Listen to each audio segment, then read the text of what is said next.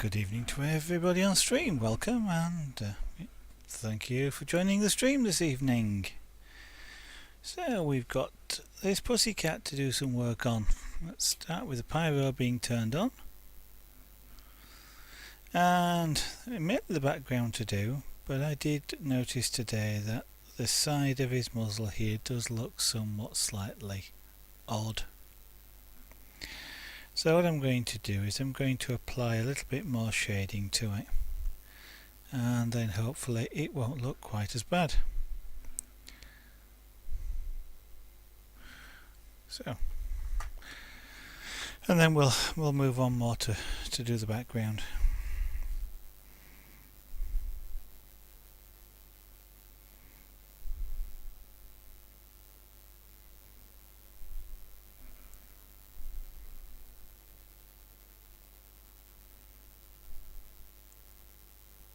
It looks kind of too bulbous, does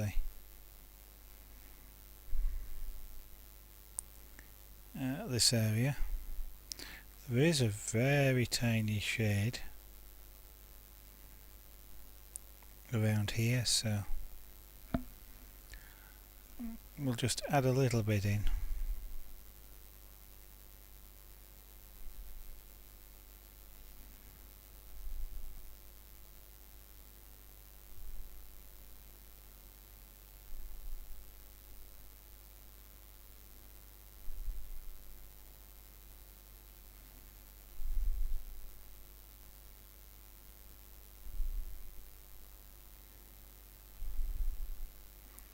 Which sort of hopefully will just push it back a little bit, so it doesn't look quite as bulbous. It does look kind of a little weird.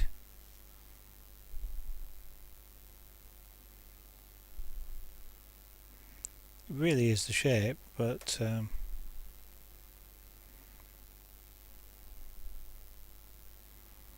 it just looks a little odd.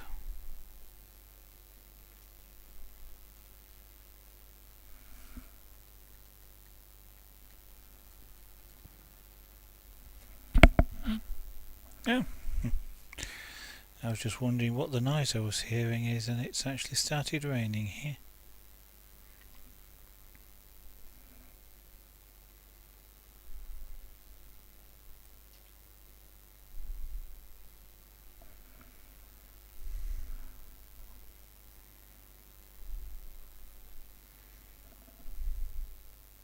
So tonight, mainly just finishing off this pussycat.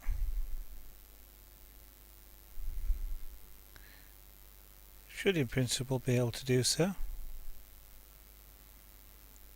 And then tomorrow we'll be able to move on to a new or a different art form.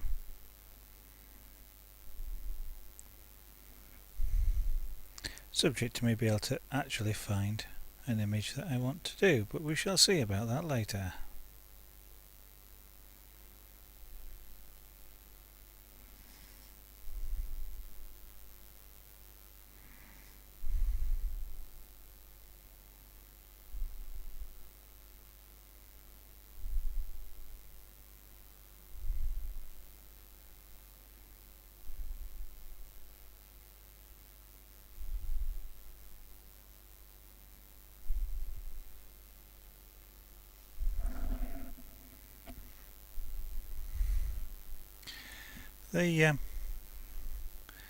The image, and as you can see it on stream, it kind of looks really as though this area of his face just really jumps out at you. It really stands out in front. It's a real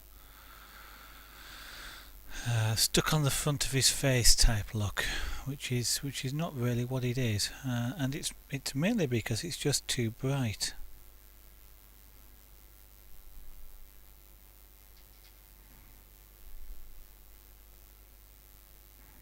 So I am looking to turn it down a little bit.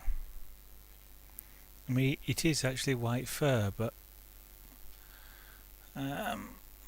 because we're doing it in monochrome, colour, a colour image, which is what is being used as the reference image, colour throws your eyes off in terms of what gets called value, how light or how dark it is, and with monochrome it is really all about how light or how dark something is.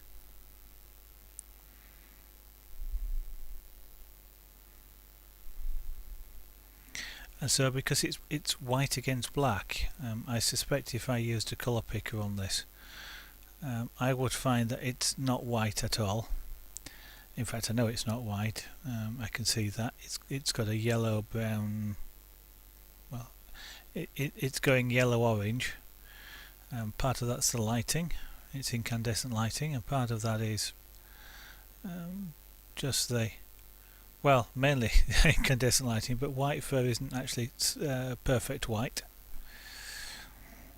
If nothing else, the cat has obviously pink. Well, it's in most cases pink skin underneath, which also impacts upon the colour.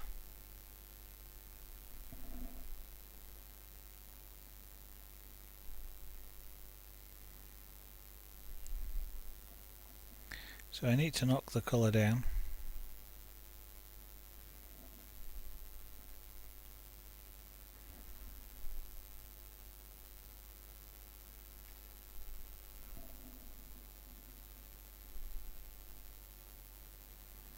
Using a new flat shader to do this. Whether it's the best tool or not, I don't know. It's one I happen to have on the end of the pen, because I wanted to use this for doing the background. But so I'm just trying it with this as well. The idea of this is to create a wider area, which hopefully should blend better. So as I want a nice smooth coloration, well blended, I'm just trying it further.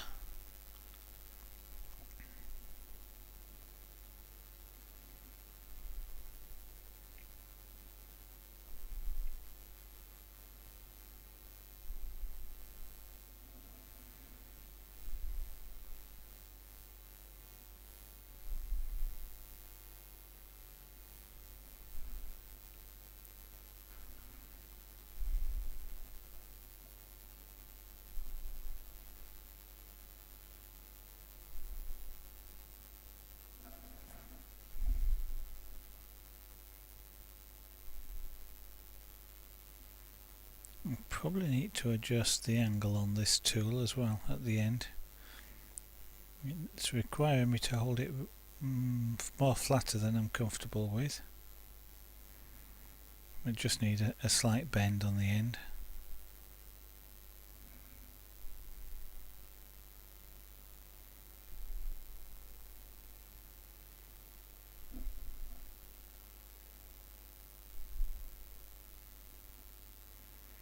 Darkening off this side of the fur because I want to actually apply some colour to this area here because it looks rather white, and I want to be able to distinguish just down the side of the face.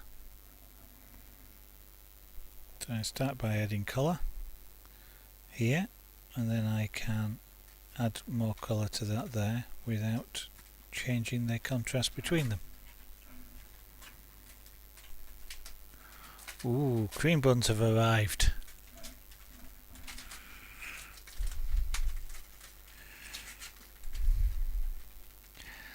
I may need to be a stream.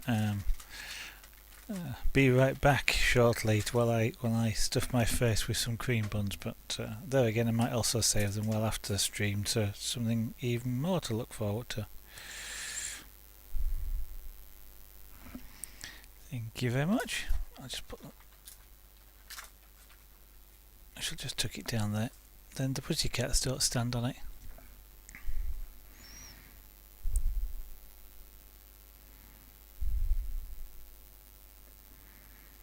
Okay, so once I've created this shade down here, I can then add some more colour to the face and darken the white down without actually making it look dark. It'll still look white because it's in contrast to everything else that's around it.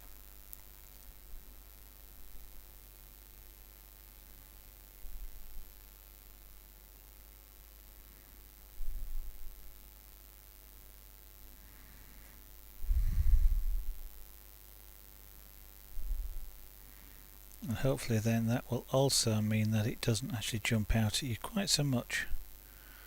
The white colour really looks, in these sorts of pictures, really stands forward, looks like it's in front of absolutely everything and is very close to you. And it is making the shape, the face look a little bit odd shaped because of that.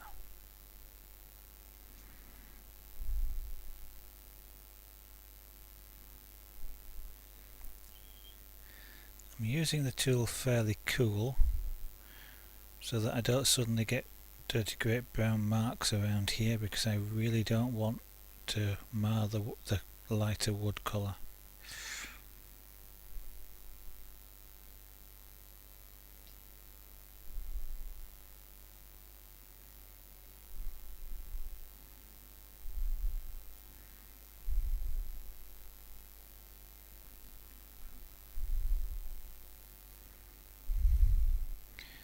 I shall come back to that in a minute. It's helping a little bit.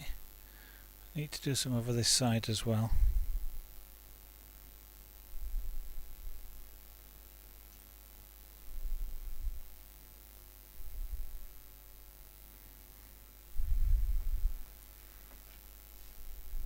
Sort of looks rather bulbous, and I need to just sort of tone that back a little.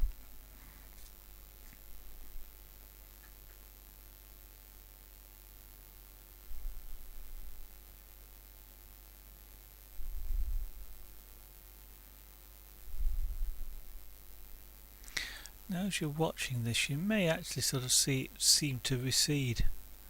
It does sometimes happen like that as I apply the colour. It almost as I'm moulding like clay, for example. Sometimes it can actually look literally to push backwards. Just a weird effect for the with the camera really, but that's the intended impression, shall we say, is for that to happen.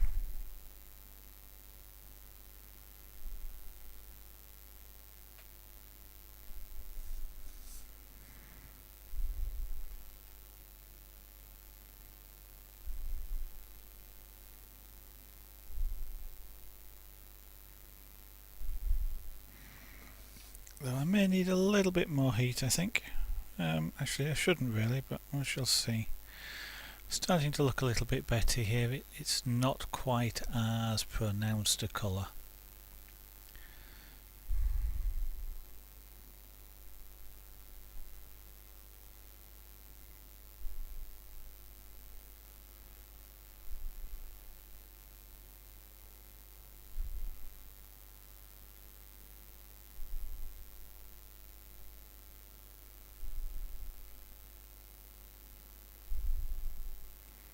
This wider shader is also helping me to do this. It's keeping the colour or the shading fairly consistent across its width.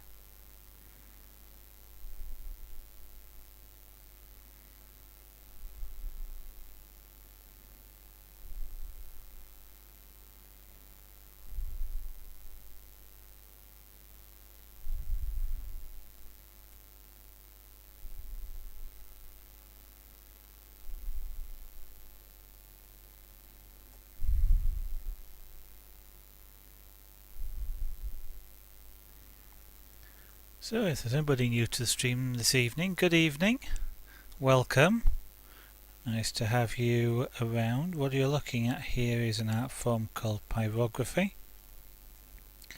Pyrography having either Greek or Latin roots, with pyro meaning fire and graphy referring to writing, but I'm not writing, and there's no fire. It's also often gets called wood burning, but this particular style of pyrography doesn't actually involve burning any wood at all. What we are actually doing is effectively with using heat to cause the resin or the sap of the wood to come out of the wood fibres, and that's being cooked, and in cooking it's turning a golden or a dark brown, depending on how much heat it absorbs, and then that colour is sitting on the surface of the wood, darkening it.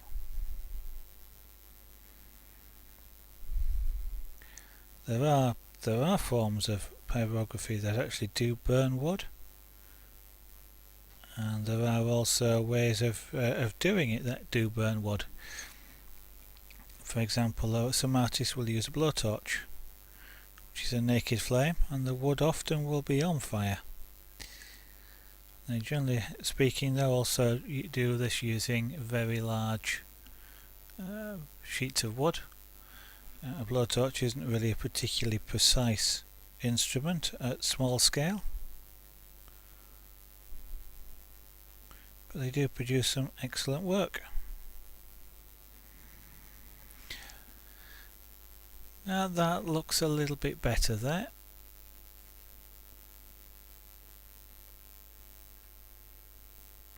Really, most of this is just lighting. There's a difference in lighting, just the way the light curls around his face to what's underneath, and it is making things look a little different.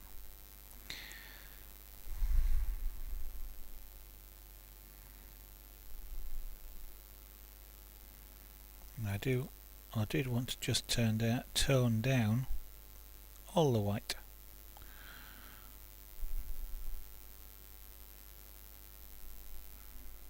Okay, I've got probably a slightly too well-defined line,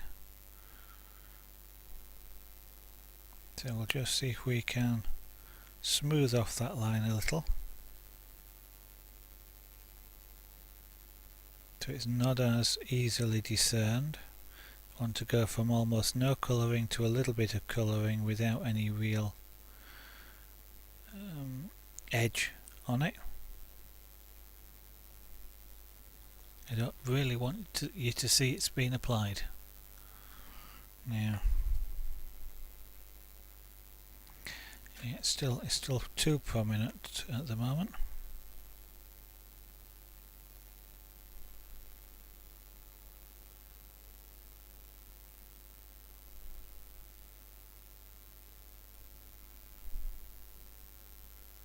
That's looking a bit better.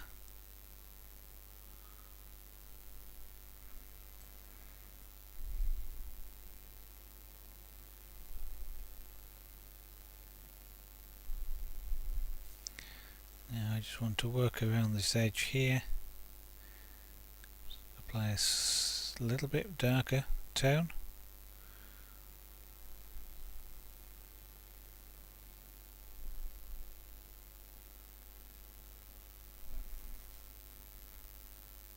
Make it ours better. That works. Okay. I'm probably going to cheat a little bit here, because the reference image, this part of his muzzle and the rest of his face here, there's an extremely strong shadow, but it actually looks better when that shadow isn't as pronounced. So I am just going to blend these two areas here together a little bit. Now this is a case of I'm no longer drawing what I see. I am now drawing to achieve the result that I'm looking for, as opposed to mimicking what I see in the reference image.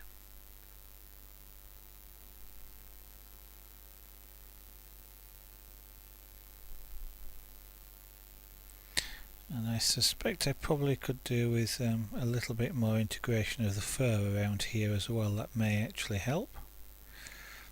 So I may have to switch. I may switch pens in a moment and use the other shader that I was using earlier or before to just integrate that hair a little bit.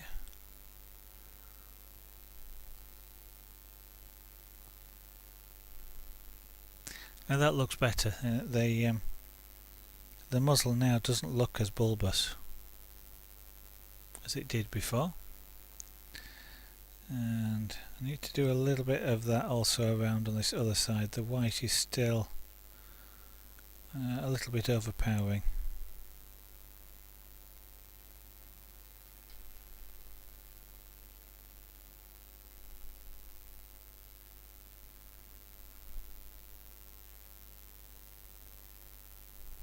Okay, let me switch pens to my other shader and we'll do a little bit of integration of fur.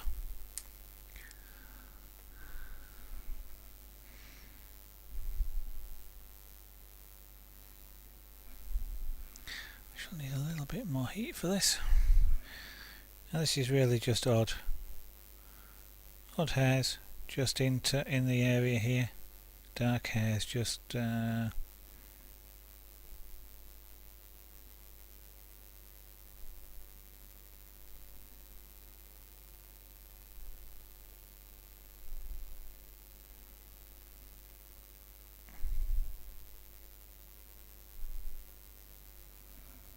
just a slight salt and pepper effect there. I think actually what we may also do is apply a few little salt and pepper effects up here as well. And that's really just little dots of colour.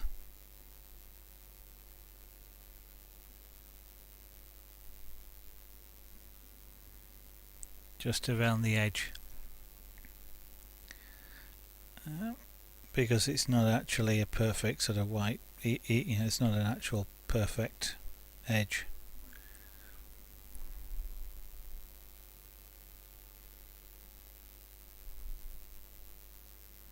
It's really just a bit of dotting about. Yeah, the colour is a lot lighter.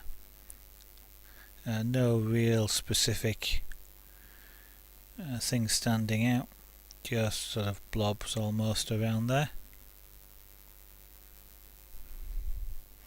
We'll add a little bit down underneath this eye here as well. We're starting, this is now sort of some of the final areas. We're into sort of the final bits and pieces, touch-ups.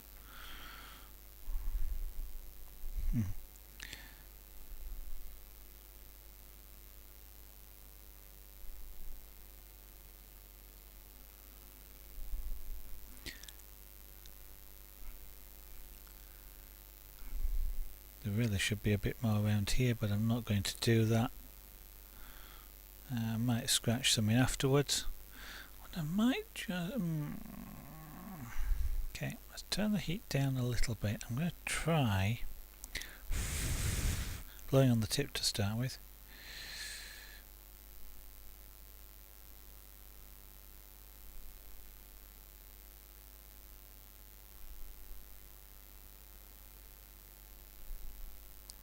Now, this may not be visible at your end, but what I'm just doing is just putting kind of some hair follicles in, just around the muzzle area here, which is kind of where the whiskers come out of. On this side. There's not one out of every single one, it's just the way the hair is, and I'll actually put some of these in afterwards. I'm not going to put a lot in, there'll just be a few indicative marks in there. So its face is looking a lot better now. Kind of would like a little bit more. This pen's a bit hot. It's making darker marks than I actually would like it to.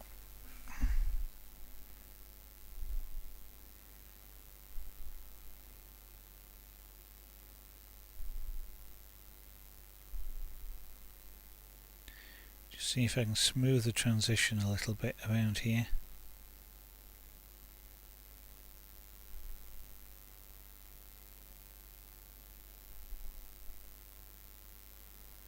Quite a strong shadow just underneath the edge of the face here, but it doesn't actually extend over onto the muzzle. Just the way the cat's got his head positioned, the lighting is such that this area is quite bright, but it does make the face look a little odd. So I now need to make this area around here, touch that up a little. It's a bit dark, a bit light at the moment.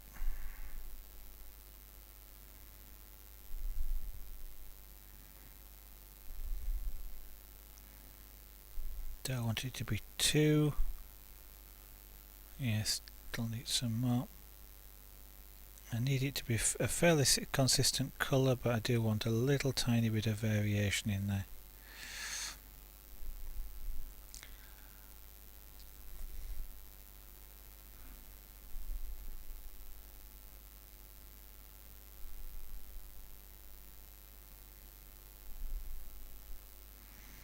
Now what I'm going to do is just put a little tiny bit of hair texture around here. Oh, a little bit of salt and pepper effect. There actually isn't any on the cap, but I just want to give a reason why there's a dark mark there, which was a mistake that I made. So I'm just hiding it really in what looks like a little bit of salt and pepper for marking.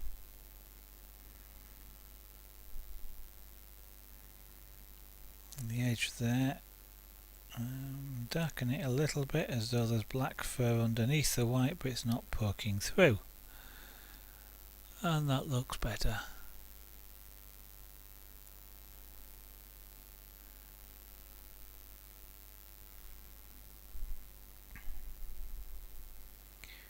Need to just change the texture a little bit here. The mark is somewhat thinner in this area. I just need to bring this white gap down a little.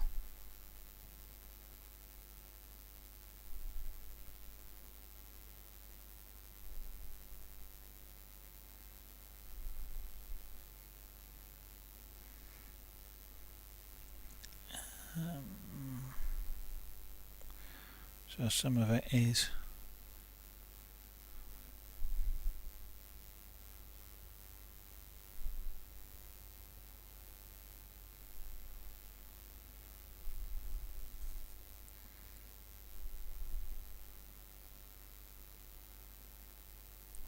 on the left hand side here, and some of it's on the right hand side of the nose. So I'm just going to extend both areas towards each other slightly.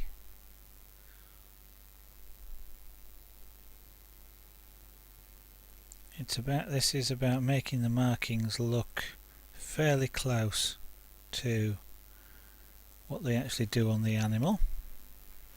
So one of the things with doing any animal portraits or pet portraits. Nightwatch 7. I assume that's the intent of your name rather than me trying to actually pronounce numbers in there. Thank you very much, that's most kind of you. I am really glad you like it. On Monday of last week this was about ready to go in the bin, but over the week it's improved to the point where it's almost complete now, so thank you very much for that. We are very close to finishing it. I'm adding some additional touches since I finished this. Well, since I finished the stream last night and I've taken a look at it during the day, there are some areas which needed additional work, and I am just working on those now. In fact, I probably could do with a little bit more work around here because of the, as you can see on stream, or if I turn it that way you can see on stream, there's quite a lightish area. Behind the ear is not a problem. I'd like to just lose the one that just comes around the ear there. It's not too bad in that it looks a little bit like the shadow of the ear, which is about what it probably is, or wouldn't be unreasonable for it to be. But I just want to, there's the sort of this, just a bit that doesn't quite strike me as being right. So I'm being a little bit picky with it, but I am aware that some of these things that you can see on stream on the from the camera, if I were to put this in on a sunlight lit wall, for example, some of these marks that you can see will actually stand out. Now that's okay. You've got to have a little bit of a just around here. Just need to darken this off a little bit. There is a white bloom on the cat's head from the lighting being reflected off his fur. This area here, so that's okay.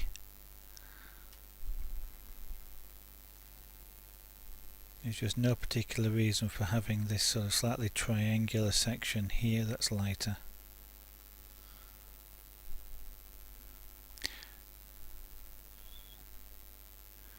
A little bit of this is me being OCD really, but I'm when I look at it afterwards, I want to not go, oh, I wish I'd done X or Y or something like that.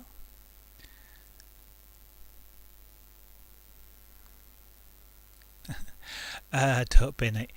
No, this one isn't being binned. Last Monday it was, well, at the end of the stream I told everybody on stream that's precisely what I was going to do with it.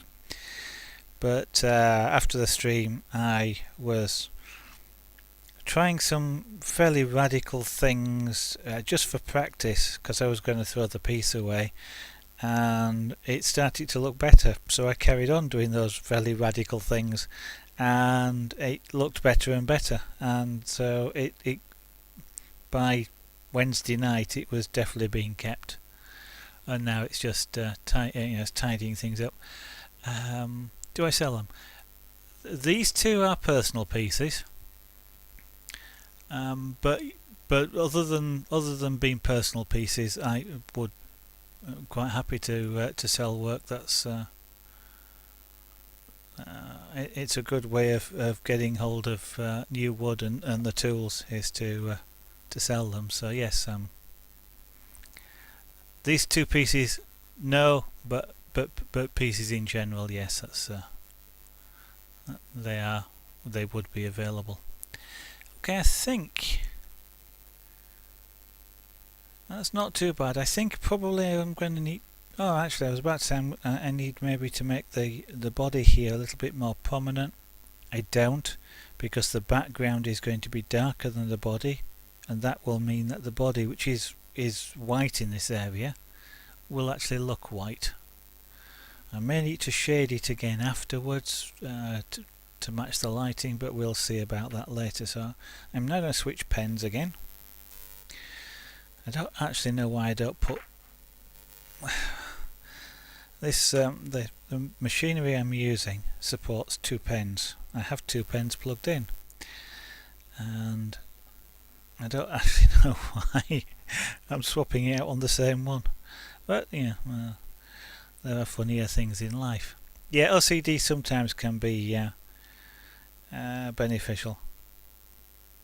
It's about me being happy with it, me being what's the word? Proud isn't quite the word, but certainly being pleased with the result. If I'm pleased with the result, then my wife, who will kind of be receiving these, should also be pleased with the result, and I do say should, but there's no reason for her not to be.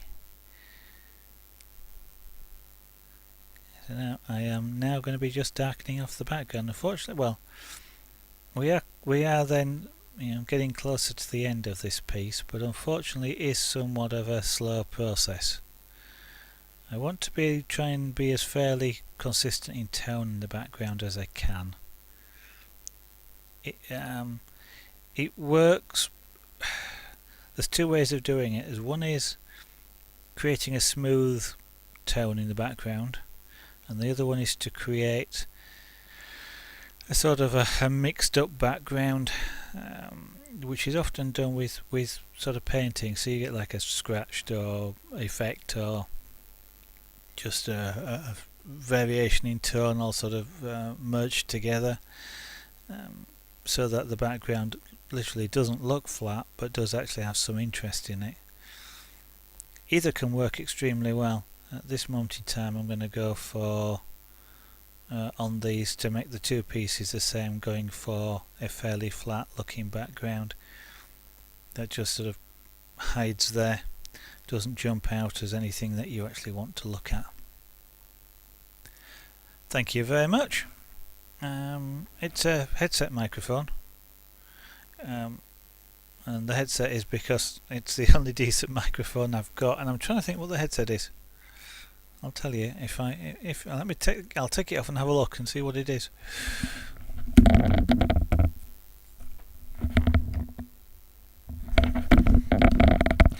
GameCon Commander is the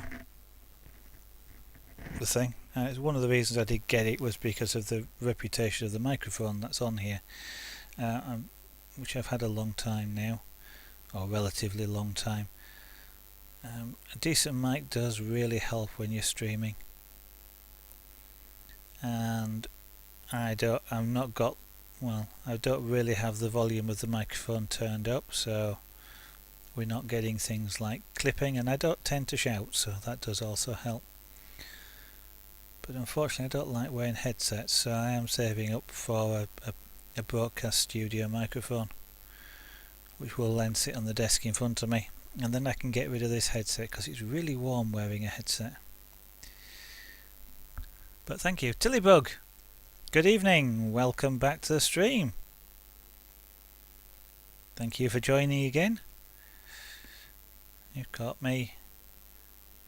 Well, no, I didn't need to be caught, but I'm just now doing the background. I've done a little bit more work down here around the muzzle to lose what was a very bulbous looking muzzle. It didn't look realistic, even though that's actually what's on the reference image, but that's just the way the light's falling over it that made it look a little bit odd. So I've done some work just around there earlier on in the stream. So I'm doing well this afternoon. I've been enjoying myself. How are you doing? Night Watch, thank you very much for following. That's fantastic. Really pleased that you find it interesting to want to come back and keep an eye on what I'm doing. I do other things as well, so you will see me doing carving and scraper board, and you may even see me doing punchcraft if I do that on an evening stream. How long have I been doing pyrography? Two answers to that. About 220 hours, or about 3 years. And those 220 hours are spread out over those 3 years. That amounts to about 11 pieces. That's probably the 11th, I think, off the top of my head. So I'm a relative beginner, although it's a fair chunk of experience, but I am a relative beginner in this. I'm still learning a heck of a lot, and actually streaming is helping that, because I've done more art whilst I've been streaming this past 3 weeks now than I have done in the last 3 years. Well, thank you for the compliment. I'm not sure quite the level of talent that I might have. I have a level of skill. I kind of feel the two are slightly different, but thank you for that. That's most kind of you to have that view.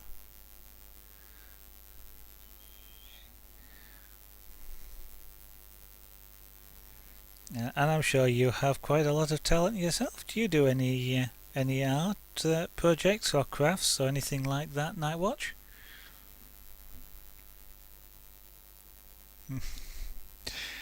That's one reason why I wasn't doing it on the stream this afternoon, Tillybug, was some people only join on an evening, and I want everybody to at least see the chance of, or have the chance of seeing it progress. And if I'd done some on the stream this afternoon, then it might, some people may have missed out.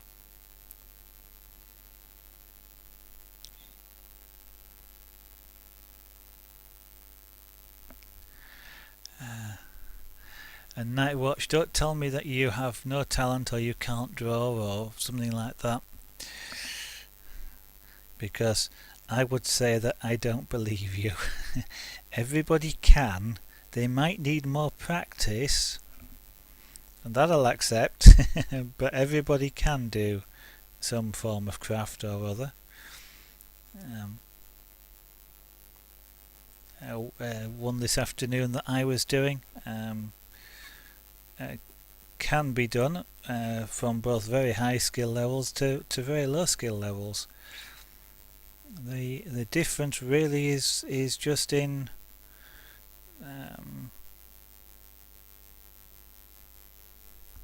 the complexity of the output more than anything. Why did I know you were going to say that? Everybody does. Everybody does. Some people have a desire to develop it, some don't, which is fair enough. If we were all the same, then life would probably be rather boring. But I certainly do believe everybody has the ability to do even this, for example. I certainly accept that everybody, not everybody has my level of skill, which my level of skill is extremely beginner compared to some of the other pyrographic artists that are around in the world.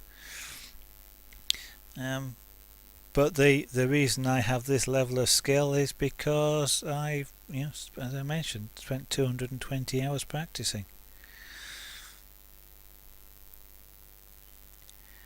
And I do have some advantages in that some of the other art forms that I do, there are crossovers of techniques, so I maybe have been able to learn things a little bit quicker because of that. But if you're interested in pyrography, one artist to take a look at on YouTube is Jean Buick. That's Jean, and then Buick is Bouick. I think it's normally her daughter that posts the videos, but if you look at some of the artistry of Jean Buick, who is a pyrographer, they are absolutely phenomenal images that she does.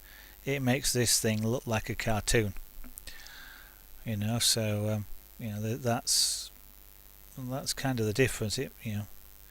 I am a beginner, but compared to Jean, I look like I've never picked up a pyrographic pen at all.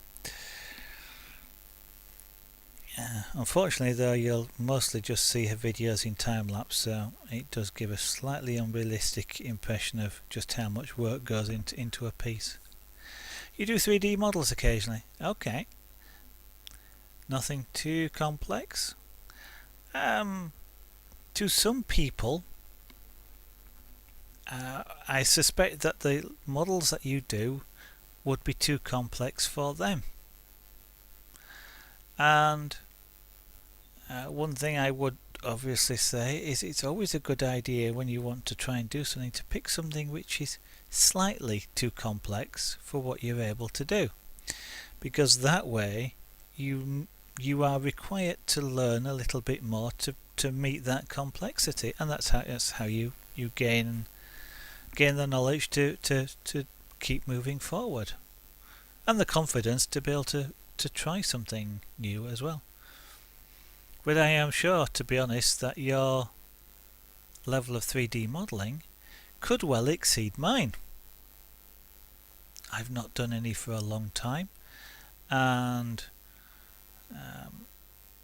the 3D modelling that I did when I did it was associated with you making model planes for a flight simulator, for a model remote control flight simulator. And I was never able to do cockpits, for example. They're compound curves. So You know, if you are able to do a compound curve in a 3D model, then you already can do more than I can do. You're an expert, I'm not.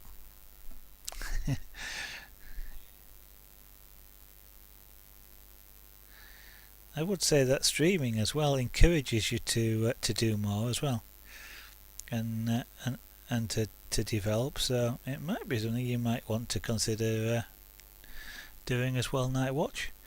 I'm being a little bit selfish because I want to get more people into the creative section and get more people watching, of course. But I am also interested in seeing people do 3D modelling. I would like to be able to do it. One of the things, it's a different style of 3D modelling, but 3D modelling sculpting. So you may be familiar with ZBrush, for example. Being able to do something like that, I would love to do, because I've got sat in a box somewhere around here a 3D printer. So I'd love to be able to create things on the computer which I can then print out. And I'm kind of interested in, organic models, so statues, people, animals, for example, as well as the straight 3D, case for an iPhone, or something to put pens in, or what, that sort of object as well, which is potentially easier to do in 3D than an organic object. But that's why I'm interested in it. So if there was somebody streaming 3D, then I'd probably watch it. Yes, I agree. But there again, making ZBrush sculptures look good. I'm not trying to insult you, because I'm guilty of this myself as well. But I think sometimes we have an unreasonable expectation that the instant we pick something up, we should be able to create a fantastic output, and it takes time. I've got Sculptris here, which is the giveaway sort of from the same people who make ZBrush now, but it's free, and it's a light version, shall we say, is the closest of ZBrush tools, and I can't really model things in that, but equally well I couldn't get a block of clay and do that either, and yet then that's what it is. I mean, having the interest to do it helps enormously, because you've got a desire to be able to do it, and the really hard thing is not to take on something which is so far beyond your skill level that you just become discouraged in doing it. The trick is just to keep getting a little bit better each time, developing a little bit at a time. But it can be really hard. I mean, some of the stuff I'd love to be able to sculpt a person. I mean, you see people either in Twitch or on YouTube videos that will take a ZBrush primitive and suddenly they'll start pulling horns out and pulling a nose and stretching the neck, and then arms come out, and in about half an hour, and I know it's time lapsed, but that in itself fools you. You end up with this fantastic Minotaur, for example, and it looks so easy, and of course that's their skill, and that's it kind of whilst it's inspiring, it can also be a bit heartbreaking in a way, because when you can't do the same thing. But unfortunately ZBrush is an expensive program, which I just can't really afford to do. I'd love to be able to get it, but it's just too expensive. There isn't kind of a home use, I was about to say home use license, but I guess if I was streaming with it or something like that, then that may need to be a commercial license, but that's a different discussion. But yeah, it's just too expensive, which is unfortunate. The nice thing I like about that, as opposed to real clay, is there's absolutely no mess with ZBrush. But even Mudbox and the other one, they're all very pricey applications.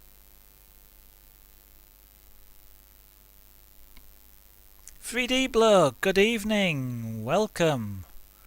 Hello, haven't seen you all week. It was Monday, I think. No, one day in the week. Yeah, Wednesday, was it? Thursday? You've been hiding away. I trust that you're feeling better now.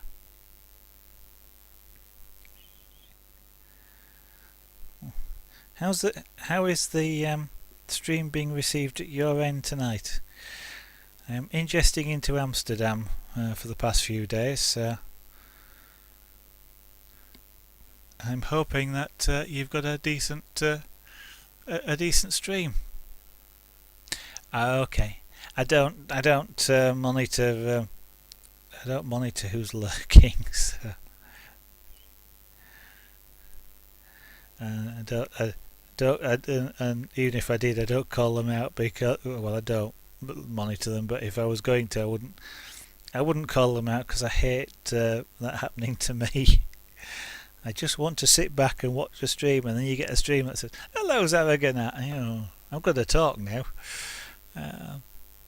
Oh, that's good. I'm glad it's working. And maybe it's odd. I mean, as you know, ingest seemed to be working fine, but maybe it was maybe they fixed it, or maybe the fact that I'm using Amsterdam is making a difference. So I've nearly finished this piece. I'm now just doing the background. And everybody who's watching, by the way, 3D Bloke here. He's an airbrush artist. He does some amazing work with an airbrush and with the hairy-sticks as well. Though actually I'm not seeing it. I've seen a little bit of the hairy-stick stuff. But he's got some absolutely amazing artwork. He does both commissioned and stuff for himself. So he's working, that I know he's working on at the moment. It's a xenomorph in monochrome, white on black. He's working on sort of an abstract mask, really. Which is triptych. That's 3 canvases that work together to produce the image. 3 separate canvases. He's got a picture he's working on of the Rat Pack. He's got some anime style characters that he'll be working on, and some of the pieces that he's finished are absolutely fantastic as well. So if you see him on stream tomorrow night around 10 PM British summertime, it's about an hour from now, and ask him to show you his Darth Vader, for example. That's still a monochrome, and particularly that particular piece is a beautiful example of white paint, because it's done with white paint that looks black, but it's absolutely a fantastic image. So I highly suggest you follow him so that you get a notice tomorrow night. But equally well, come and watch me, and I finish about 10 o'clock. Which is just when 3D Bloke starts his stream. I generally hop over there to watch him do airbrushing. So, or in this case, hairy stick work. I'm guessing you're finishing your Rat Pack then, and have a fun time watching some more talented people. There you go. Now watch 3D's a talented bloke as well. Ah dear. It is rather, isn't it? I'm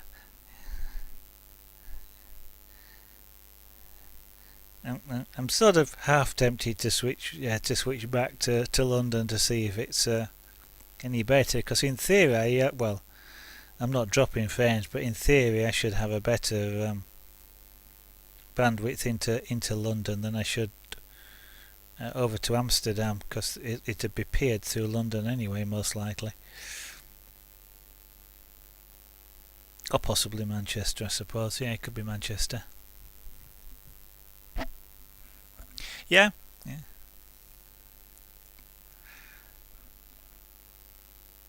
There you go, guys and girls. Yeah, that reminded me of something else. You may get to see two works of art and two complete different painting techniques tomorrow evening. I would say unfortunately 3D doesn't usually broadcast on weekends, but that's just me, because when I finish streaming I then have to go find somebody else to watch. But as Free says there, thank you for following him, and I thank you for following him as well. I'm being selfish there, you see, because the more people that follow 3D, the more likely he is, to continue streaming and not get disheartened with Twitch.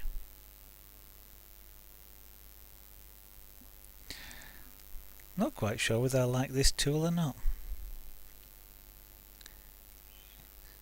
But there again, I guess I just need a lot more practice with it. This is I've had about an hour at most practice using this tool, so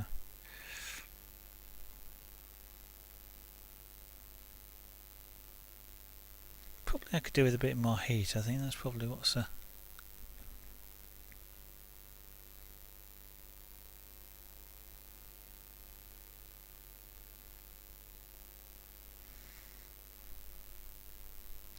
I am expecting to finish this piece tonight. It might actually be touch and go, but I am expecting to finish it tonight. Once this background is done, then the next activity is to put in the whiskers, basically the whiskers and some ear guard hairs in the ears, and those are the last things that are done. They're done using a scalpel and scraping the wood. I'm doing those last because if I have any other corrections to make first, then I can only do so much scraping before I start to destroy the surface of the wood, so I didn't want to put the whiskers in, then have to fill them in because I wanted to change something, then scrape them again and so on. So those go in last of all. This is kind of turning into somewhat of a slightly textured background.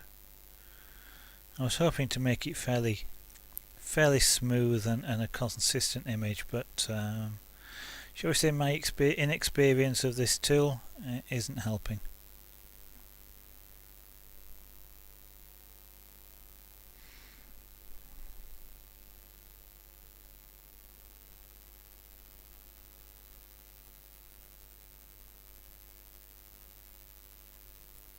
Still, it will actually look an interesting background, so I'm not being overly concerned about the fact that it's I'm getting these like little patches and streaks.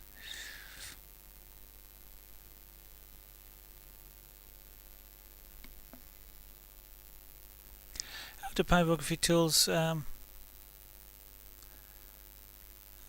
sorry, I'm just catching up.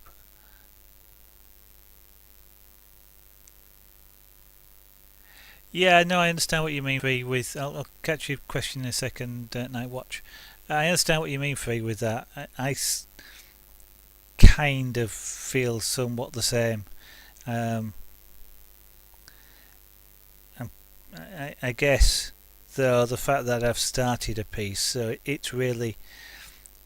The bit I find hard is starting. Once a piece is in progress, and I've got in my mind the original idea of what it's going to look like, I find it a lot easier to carry on. Sometimes I'll be looking at something and just I cannot work out how to progress it, like the railway engine that I'm doing, I'll look at the undercarriage air, which is just so much black detail, and I'm looking at that and going, I just do not know what to do, and then you need the inspiration again. But something like this, it's really just developing it, and I find that a lot easier. How do pyrographic tools... Ooh. That's an interesting or a challenging question actually to answer, Nightwatch. I'll sort of give you three different answers, or a three-part answer really. There's, in mainstream use, shall we say, there's two main classes of pyrographic tools. There's a style of tool which is somewhat, well, which is like what I'm using here. They are best described as pen-based tools. They look like, well, they look like a pen or a pencil with the working tip on the end. I'll come to those afterwards. Not all replaceable like this. Sometimes they've got a cord hardwired into the pen, but usually they plug or at least have some sort of disconnect mechanism into the control unit, which is a separate unit. It's in fact sat behind the camera here, and I'll just show you one, for example. Just show you it. That's the control unit these things are plugged into, and that's, for want of a better description, that's controlling the amount of heat that's being generated. There's another type of pyrographic tool. If you're familiar with soldering irons, they resemble soldering irons. They've got a fairly chunky handle with a silver barrel, which is where the heating element is actually contained, and then the tip screws in on the end, very much similar to a soldering iron, only they tend to be shaped in a different way. And sometimes you get stamps shaped ends, shaped like a leaf or a square or a triangle, this sort of thing. And those type of tools generally are plugged into the mains, and the heat control, they're generally a single fixed temperature, and is sort of built into the body of the tool. So they differ in that way. They have different roles to play in some ways. The big handle machines generate quite a lot of heat, and they can, carbonize a piece of wood very quickly. They hold a lot of heat, so they can work. You can work fast with them. These sorts of tools don't hold a lot of heat. They cool off fairly quickly. They're still hot. They don't go cold when I put this down on wood, but it does conduct a lot of the heat away, and it has its pros and cons. They tend to be used in different styles as well, and I only say tend because you can do what you can do with one, you can do with the other. But the bigger ones tend to get used with stamps by a lot of people, so they'll use geometric shapes, stamping down, and predominantly they're black and white images, or black and wood coloured images. These style of pyrographic pens can also do the same sort of thing, but generally speaking these are used where you're creating I'll call it a photographic representation, but it could be a cartoon style. You could be drawing an outline and colouring it in, so you'd be using multiple shades really is where it comes into. But then within these sorts of tools, just like the big tools have different tips that you can screw in and out, a triangle, a square, a point, a leaf, that sort of thing. These sorts of tools also have variations. I've got two here in front of me. These are both what they're called shaders. They're used to create shades. As you can see, I've got different shades here. This is a small one, this is a large one. The smaller one, it makes it easier to do smaller spaces than this one, as you might imagine. There are others though. As an example, I have here what's described as a writing tip, which is a fairly thin loop of wire really, and because it's looped over at the end, it's fairly easy to write with. It takes a little bit of practice, and it's a little bit calligraphic style. Excuse me a minute, one of my model artists has decided he would like to join the stream. He wants to sit on my knee, so let me just see if I can get him to do so, whilst I'm holding a hot pyrographic pen in my hand. In fact, I'll turn the machine off while he's here. Are you going to come, Junior, and sit on my knee? Eh? Are you going to come over here and settle down? Come on.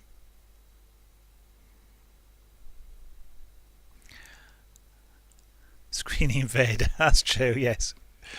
Well, I shall carry on talking whilst I persuade him. I'm stroking him, and that usually persuades him he wants to sit on my knee rather than sit on the desk. That other tip was a writing tip, and you get a, generally speaking, you'll get a calligraphic style. It's wider on one side than the other, but there are almost ballpoint pen type tips as well, which make a more consistent writing style. But that tool is also very good for creating lines. And then there are another tool I've got here, but let me put these down. I see. No, that's my water tonight. I'm not sharing it. That's my water. Last night on the stream, he did just what he'd done there, and started drinking my cold water. But I want that tonight. I'm not sharing it. What we've got here is a spoon shader. And it's called a spoon shader because it's shaped like a spoon. And this can be very good for creating large areas of colour, because you kind of create a line with a halo around it, is the best way of describing it. And what that allows you to do is you work your way across a piece. Now come on, don't sit down there. No, don't. I also don't want you to put your claws in me either. As you work your way across a piece, the spoon, the bottom of the spoon creates the colour you're after, and the halo effect sort of extends, and you just keep more or less extending the colour in that way. It's a bit of a difficult thing to describe, but 3D bloke will be familiar with that sort of effect, because that's the way in which you will fill a large area of colour with an airbrush. The outer edges, as you move backwards and forwards across the piece, you're gradually extending the colour across the paper, and it's somewhat of a similar tool. But there's quite a few different things. I have a knife, a hot knife, literally. It's a bit like this, but there's a knife blade on the end, and that will cut wood. It will also cut things like mylar and plastics and wax, for example. And indeed, these tools can be used with wax as well, or even plastic. And so, they are fairly versatile. Unfortunately, though, they're not particularly cheap. Lizard Cell, good evening. Welcome to the chat, and how are you today? And I now have a pussycat that's probably going to want a little bit of attention, so we'll just have to keep stroking him occasionally. I'll turn this machine back on now that he's settled down. That's one advantage of these tools. This tip is now hot, having just turned it on. The other style of machines do take a little, about 30 seconds to a minute to heat up.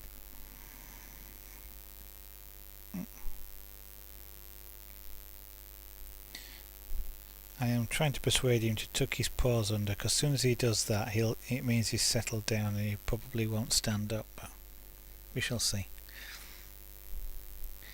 Okay, I shall carry on with this, doing the background.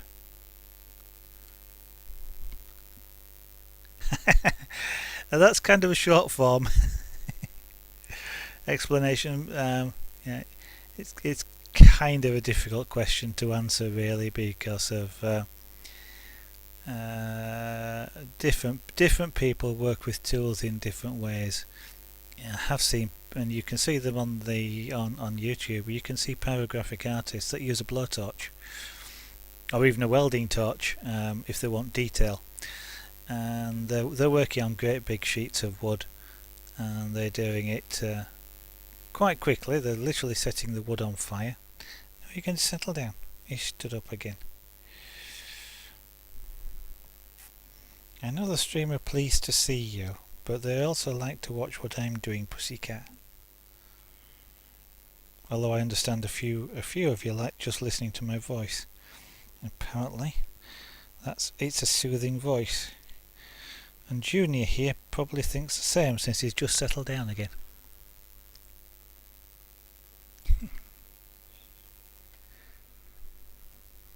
I'm not going to get this picture of your brother finished if you keep sitting up. They're not actually brothers, but they live together, so.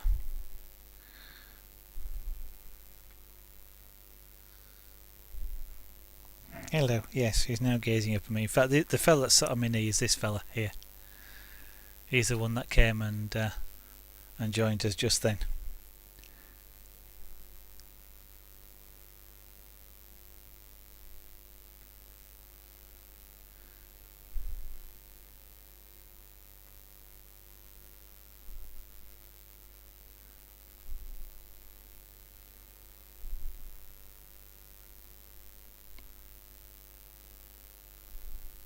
It is, isn't it? The blowtorch one. There's a little bit of sometimes with it. You don't, because the cameras tend to, or even people tend to watch where the blowtorch is until you step back and see the whole image as well. Yeah, it is really impressive. I mean, there's kind of no second chances with it. I mean, I know it's a bit difficult, but not impossible for me to sort of erase here, but when you do it with a blowtorch, it kind of is a one-time thing.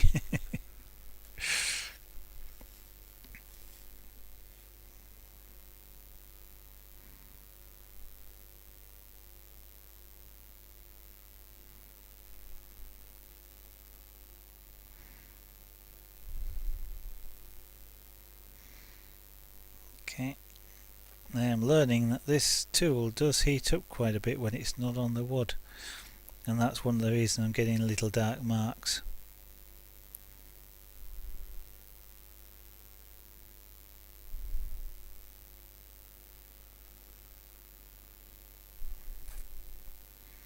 It's not so much a case of air on paint on here, Free. It's a case of moving touch down and lift off while still moving.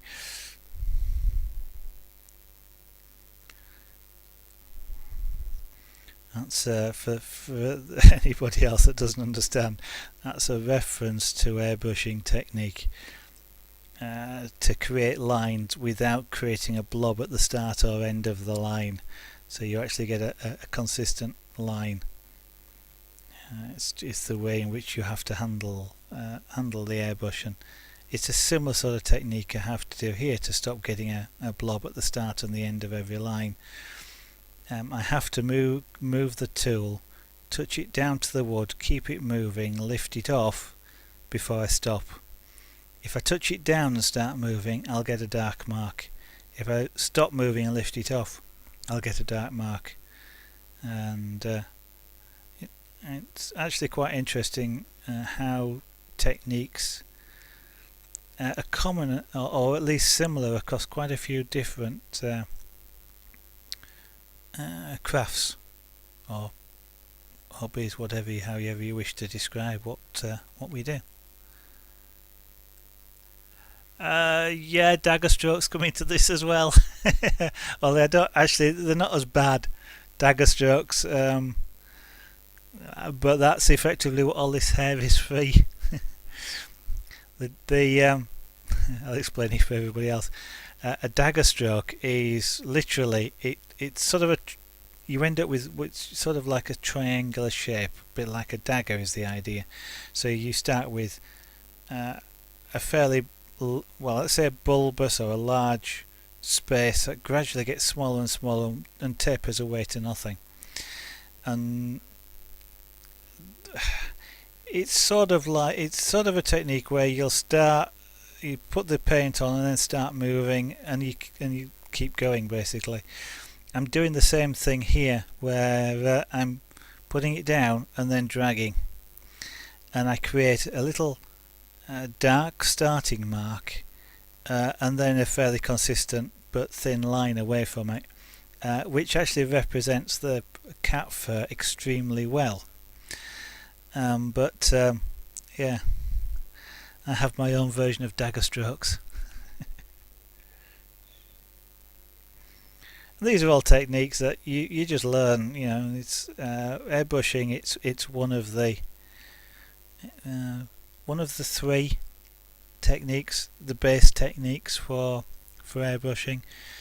Dots, lines, and dagger strokes for airbrushing, unless Free can say different. After all, Free is a professional, not an expert, but a professional. It's his job. He probably knows more than I do. Well, certainly knows more than I do. And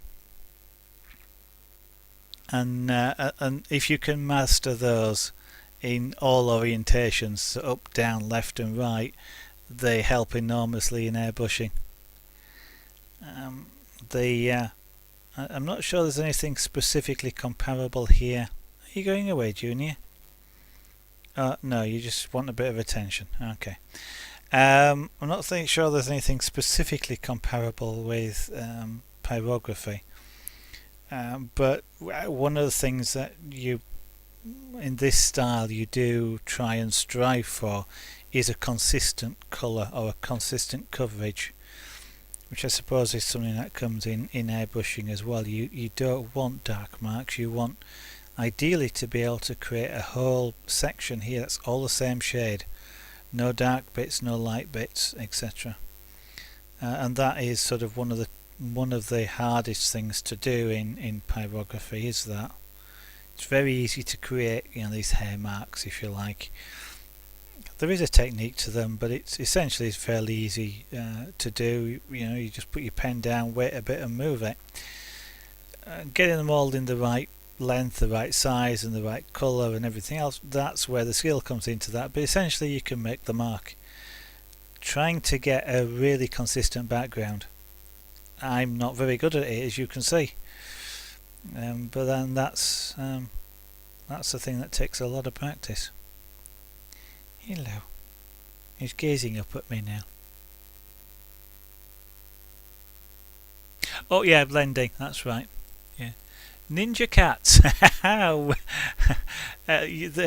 These two, or this one especially, is a bit like that.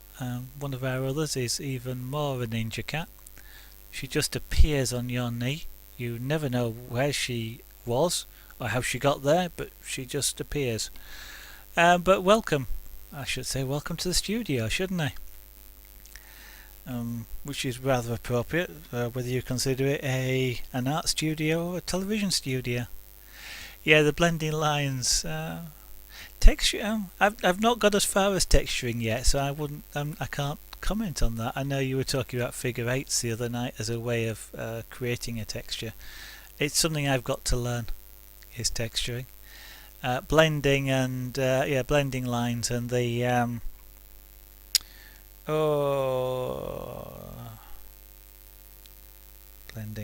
blending is probably what I'm thinking of. I'm thinking of the straight line, which the fade thing.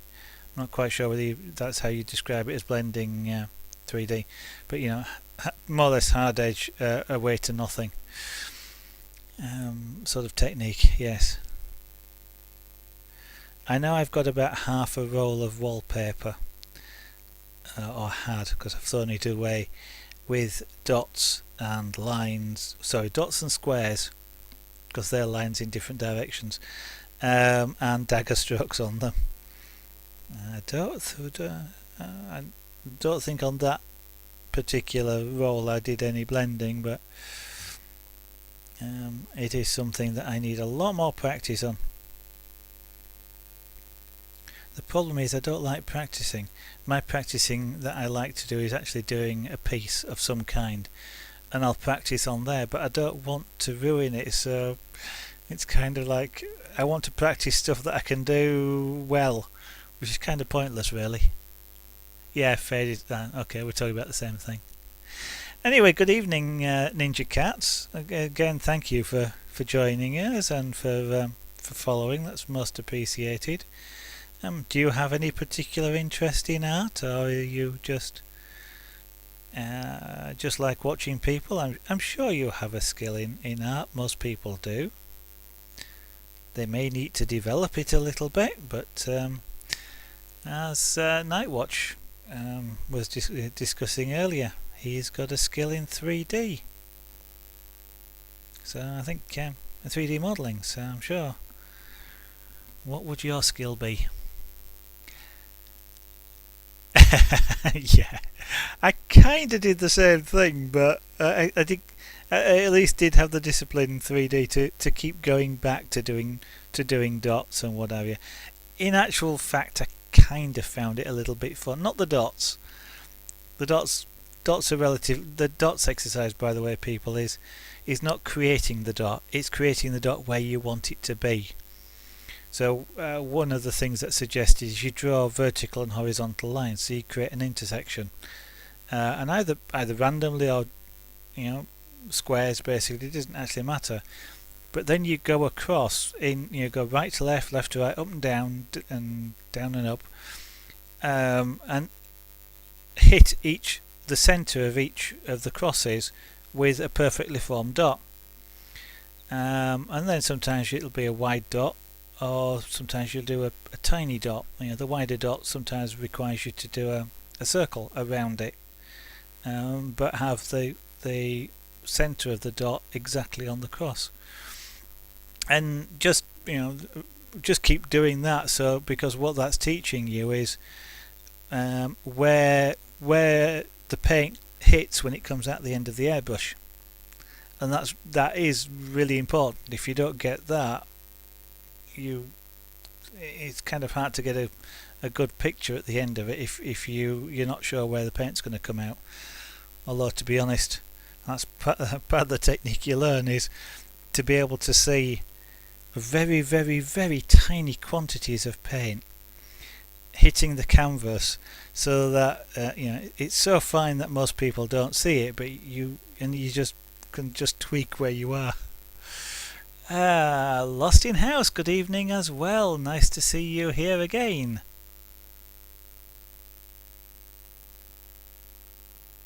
Okay, yeah. I had never thought of doing that, but that is a good exercise, isn't it? Take a join the dots book and actually join them up, and be able to do straight lines between them, or lines that actually make sense between them. I'd never thought of doing that. That's a great way of doing it.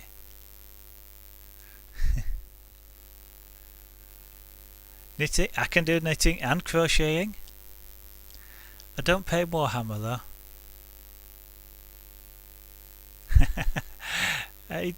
It does inspire me. The one that I'm most currently inspired to do is bead art. I think, but I watch CJ and a couple of other people do sculpting, and sculpting is something, it's akin to carving, so I'm kind of interested in that as well. But do you stream then, Ninja Cats? That would be nice. Oh, Tilly, you do crocheting as well? I must admit, I haven't done any for about 30 years. Oh, I don't play Warhammer either, but yeah, I mean they can be quite, some of these games can be quite an interesting or an inspirational source of material, can't they, for some of these things. Okay, Free, that's a really good tip, really, because it is a good way of just learning how to do solid or shaded colour. What's the word I'm looking for? I suppose it teaches you how to do solid colour without spidering, but also teaches you how to do sort of transparent colouring, because you could do that in it as well. Yeah. Oh, Phil, yeah. That's a really good idea, and it's something I actually have never heard anybody say that before.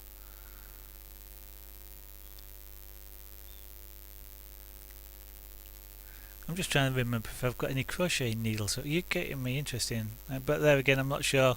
Well, crocheting is probably not too bad on stream. People, I'm not sure want to see knitting. Maybe if you're doing a knitting machine, because then it builds up really quickly. Okay, well maybe you ought to crochet on stream as well, Tilly. I'd certainly watch something like that, because yeah, I find it interesting the way in which the patterns get built up in crocheting to be able to produce what it is that you're after at the end. I mean, I always did find it fascinating to do, otherwise I wouldn't have done it. But not necessarily fantastically good at crocheting, but I did enjoy doing it. Same with the knitting as well. But there again, whether I'm doing it was actually doing it correctly, I guess, is another matter, because it was all self-taught.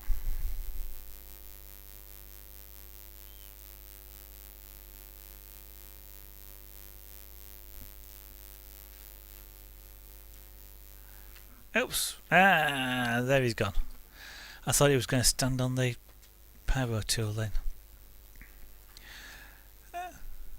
Perhaps you ought to try streaming the crafts as well then, Ninja. I mean, I'm sure 3D Block there would be backing me up on that.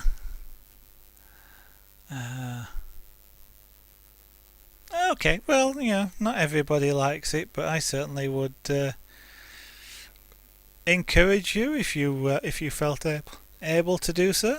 It's something I would quite like to see on stream.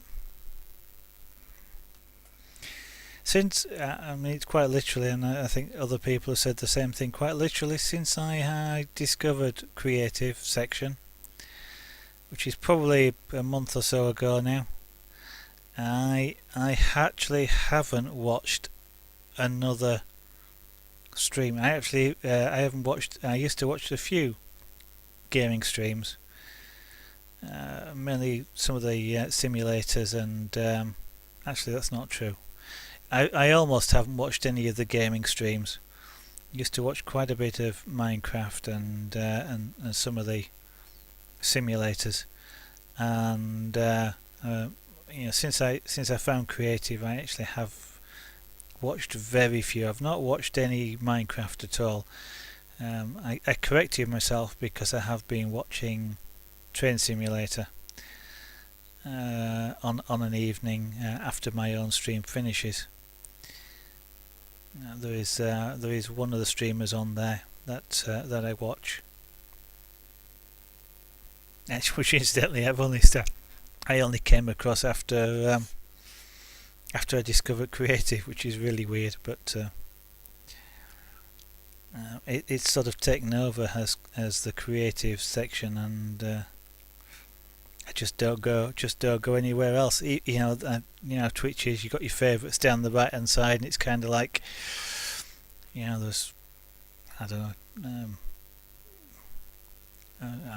Tag and in I'm just trying to think of the names in Minecraft Tag. So, and they're all down the side there. They're live, and I'll see, I don't know, CJ or 3D at the bottom, and that's the one I go for. I don't, skip all the ones above it and hit the Creative ones on the bottom.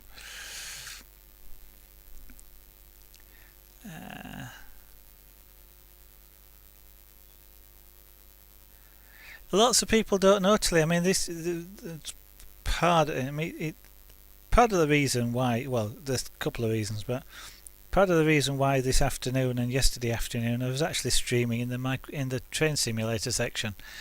Not a lot. In fact, there were nobody on in those two game areas, and I was the only streamer in the section, and I kind of did it on purpose, because anybody who was then had got who was interested in Train Simulator would pop in, because the only streamer doing train simulator in quotes, it would attract them, and I got quite a few people watching, and it was an opportunity to explain it. And there's quite a lot of people there because I was doing a train, pyrography piece of a train, or something called Punchcraft. I was doing this afternoon, and there was lots of people dropped in, and yeah, okay, I'm not a particular train or train simulator geek, but I can hold a conversation with some of the guys in there, and it was a really enjoyable stream. And a lot of people were going, "What's creative?"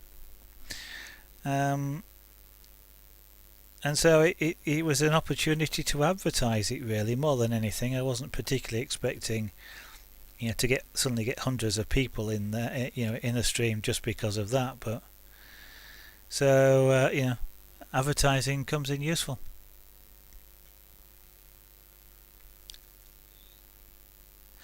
I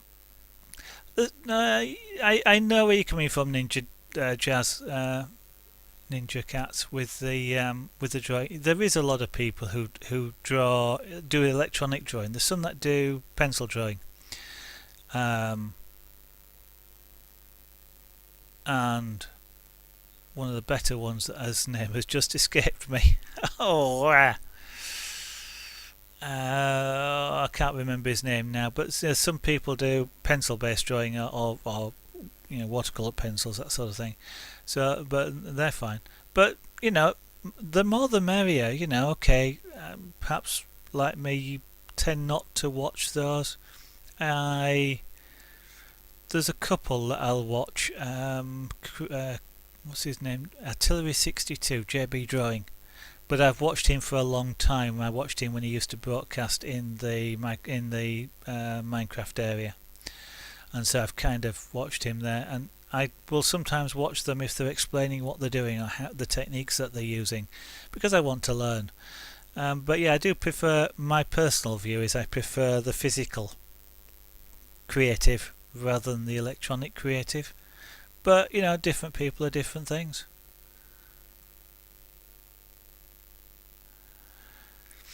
Yeah, I don't watch a lot free. In fact, about the only people I actually watch on Minecraft is on YouTube, and it's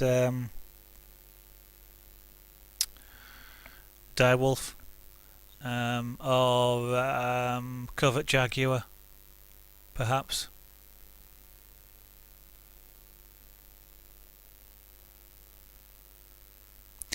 Oh yes, possibly. Well, I'm not going to disagree with you. I mean, there is definitely not a lot of promotion from there, because I think they could easily do something like drop even a random streamer onto the front page, for example, and I think that would probably boost things quite considerably.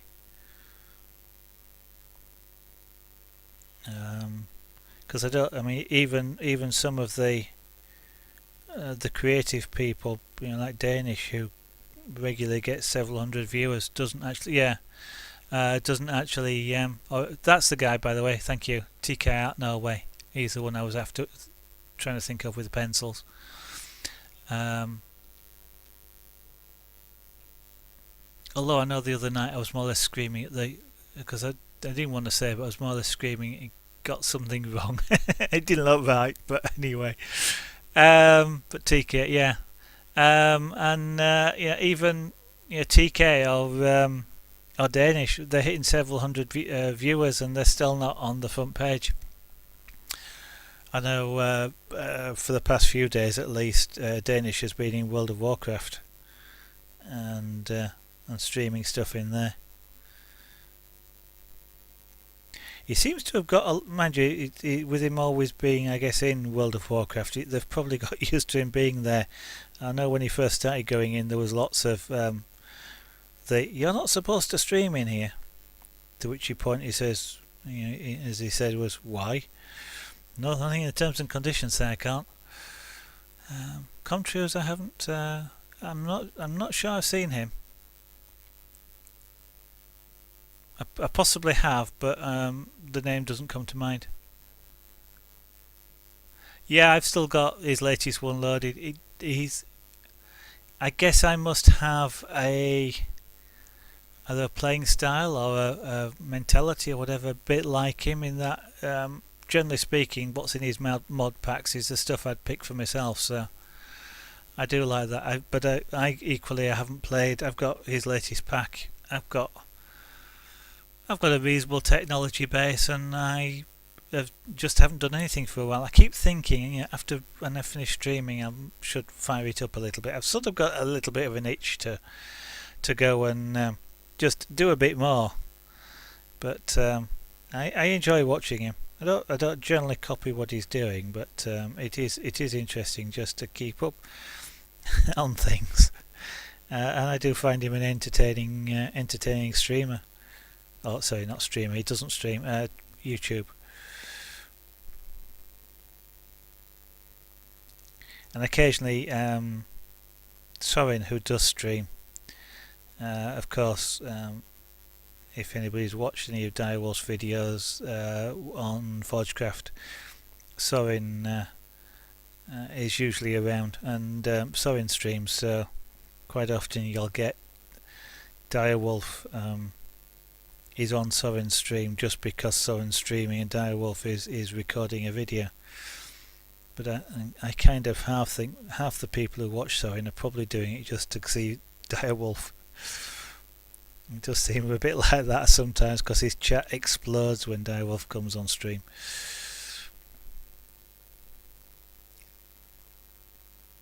$128 blocks square. Blimey. Yeah. Oh, the frame quarries are back, by the way, free. So they 128 blocks square in about 10 seconds flat. Yeah, and one of his latest quarries on Forge it's super compact. I think it's about I think the whole thing fits in about a 3x3 cube. Just when he turns it on, it expands. He's using drawbridges to expand out to a massive sort of full chunk wide, and then it collapses in and moves and keeps doing that. It's quite funny.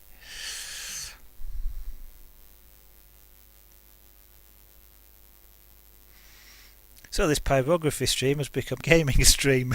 Gaming by proxy. Oh dear. I am going to finish this tonight, even if it means going on the stream longer than I normally would. We're actually not too bad. It may well even turn out to be perfectly timed, but oops, that was a bit of a burn. The edges of a piece get burnt really easily because basically you just catch the sharp edge. It's not that sharp, but it's a right angle, and there's not a lot of wood to conduct the heat, so it's all right in that very sharp tip, and it can get black really quickly.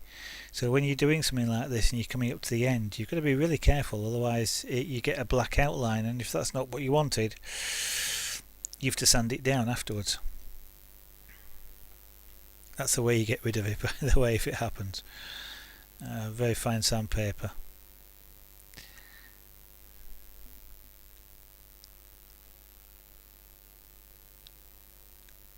Okay, okay. No, it's not like cross stitch. Yeah, I do cross stitch as well. Also do I guess it's called needlepoint, which is a half cross stitch really. Don't specifically do tapestry. No, that's what I was doing yesterday. It's closer to a sewing machine than it is to cross stitch. In that what it's doing is it's here. It pushes the thread through, and then the friction holds the thread in place, so when you pull it back it creates a loop, like that. And then because the needle's pulled out of the material, the friction of the material sort of closes the hole up, and then you're able to move the pen to the next place and drive it down, and that drags the wool off the bobbin. So you're just creating lots of little loops, a bit like a sewing machine would do, but it doesn't put the interlocking stitch in the bottom. So I'm getting lots of loops poked through the material. It's a bit like actually how some carpets are done the same way. They drive the thread through, and they'll either leave it looped or they cut the loops on the other side to create the carpet. Assuming it's not a woven carpet, but yeah. Lol Kid Lol, good evening.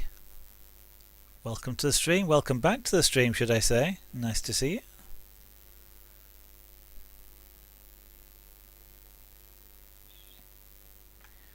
I was doing it again this afternoon as well.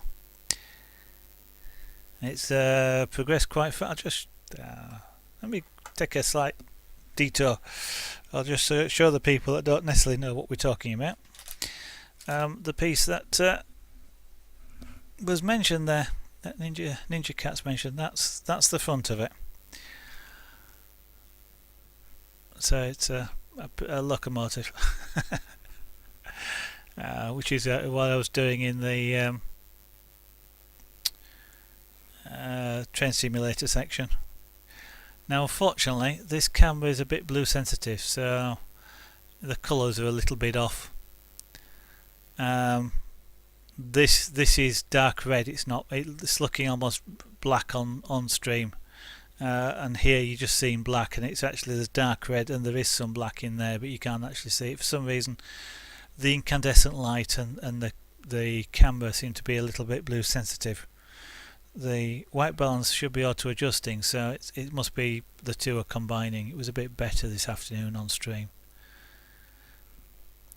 But this I enjoy doing this because it's relatively fast. Effectively, I'll give you an indication. This afternoon, in a couple of hours, the roof section was already done, so anything above this line was already done, and this block here was already done. But in 2 hours this afternoon I did all the back here, all this line, these are steps, and this front.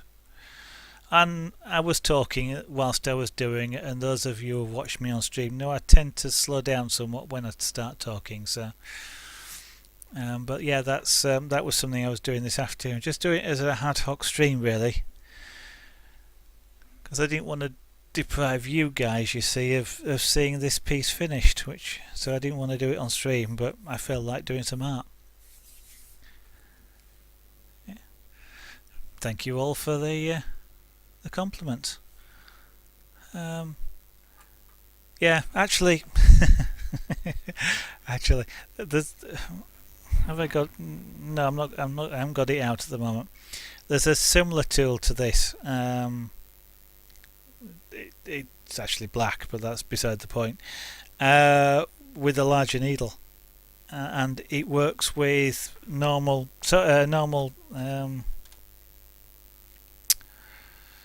4-ply for the people that know knitting, like this.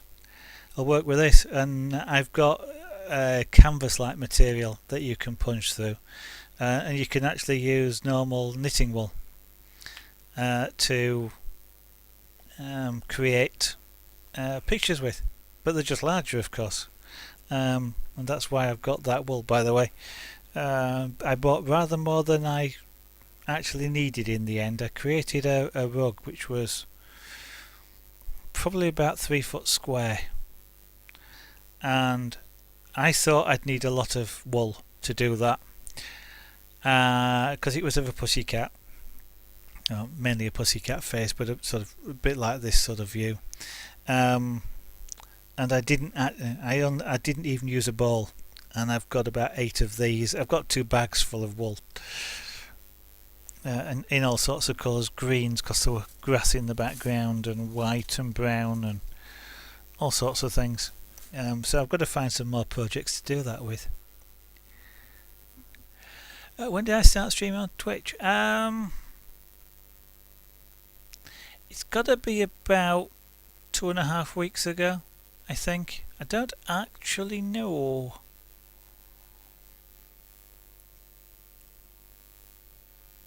I know it's very soon after I first started watching 3D Blog, because he was actually watching him. I kind of think, well, why shouldn't I? Kind of thing. And I started streaming the weekend. Actually, it was a conversation, wasn't it? I think on one of 3D's streams with She Devil and Lost. There are three of you sort of teamed up, and I don't know, we somehow got to talking about carving. I think it was the carving. Yeah, it must have been the carving. I think it might be carving. And I eventually promised I'd do some carving on stream, and I've been doing it ever since. About 4 weeks. There you go. Well, okay.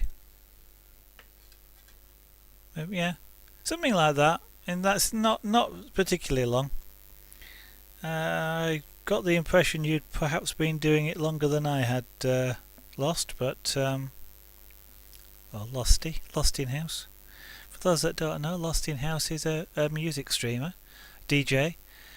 I must admit, I've had real difficulty in being on Twitch at the same time that Lost is there, but everybody that has listened to Lost has said she's absolutely fantastic. So again, I also encourage you to follow Lost and catch one of her streams, as I keep trying to do. Unfortunately, we just don't, even though we're both in the same country.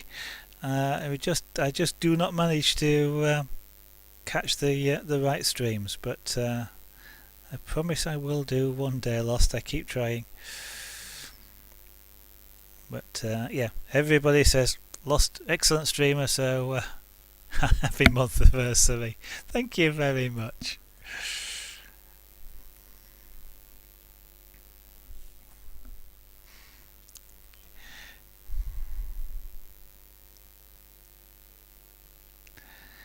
I'm going to stop talking with my hands, because that's all you can see of me at the moment, and try and do a little bit more of this.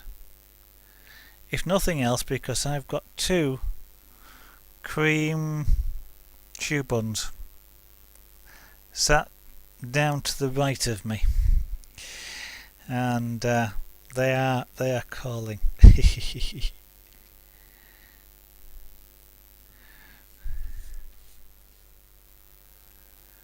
Oh dear. I missed the one yesterday as well, I understand, because I think it was Baby Tears mentioned it, and I'd missed that one as well. Dear.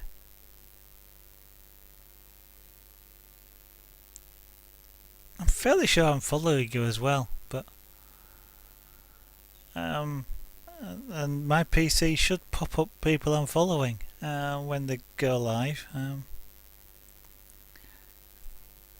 generally don't carry my phone with me or the iPad, so even though they shuttle over the other side of the office, the studio, I generally don't go and look at what they're trying to tell me. Oh, bother. He says, the bother there probably tells you I've messed something up. Let me see if I can fix it. Have I got a piece of extremely fine sandpaper around here? I think I have, yes. Actually, emery paper is what I've got, which will do fine. I'm busy doing this, you see, and that's the danger of talking and thinking, I'm not going to be able to make the distinguishing mark, distinguish this part of his muzzle, and at which point I thought, hang on a minute, I'm not supposed to be colouring this bit because it's supposed to be his body, which is white. So now you get to see one possible way of correcting a mistake like this. Luckily, hopefully it's not too dark, so it's really just a case of sanding off What it will do is it'll make a slightly smoother area of wood, so it might look slightly different. But at least this wood isn't too bad to sand off on. I don't need to go particularly deep, actually. That's the other problem with this.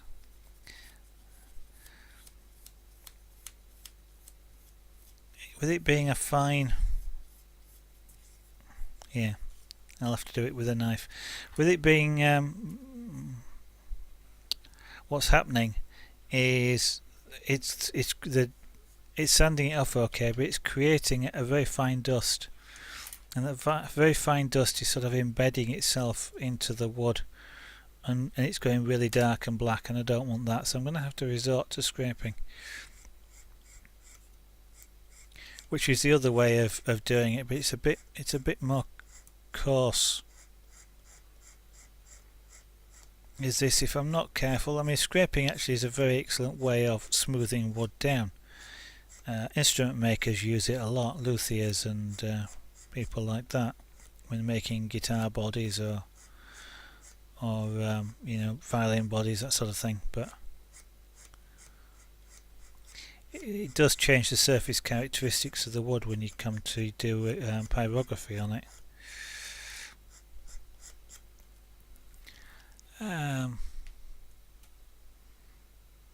Yes, one day, and I gather I missed something interesting there, but at the end of your stream, which shall forever remain an in-joke between you and you and Free. Sounds like blackmail may well be evident in there if we're not careful.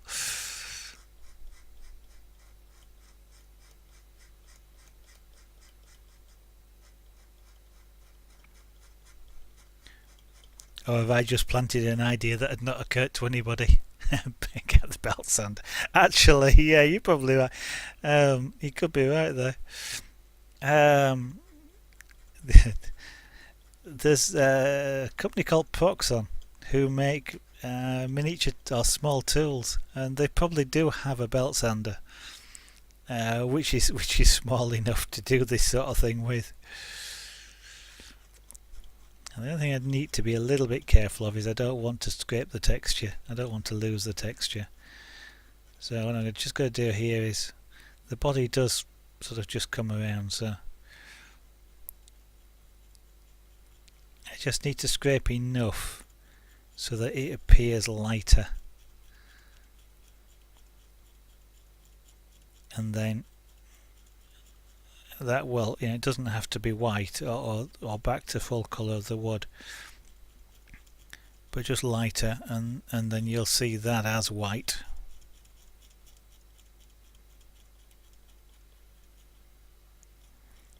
Eh dear. A bit like you when you did that purple paint, Free.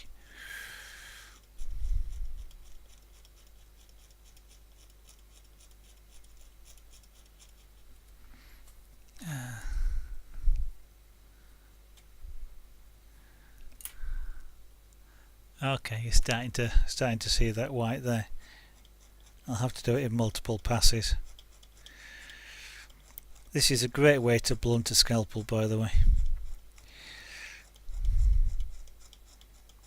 Oh, it would be if this scalpel was sharp in the first place. Now that fine dust has got really down deep into the grain, and so it will actually take me quite a bit to, relatively speaking, quite a bit to get to smooth it down enough. I can't quite get hold of this the way I want to do.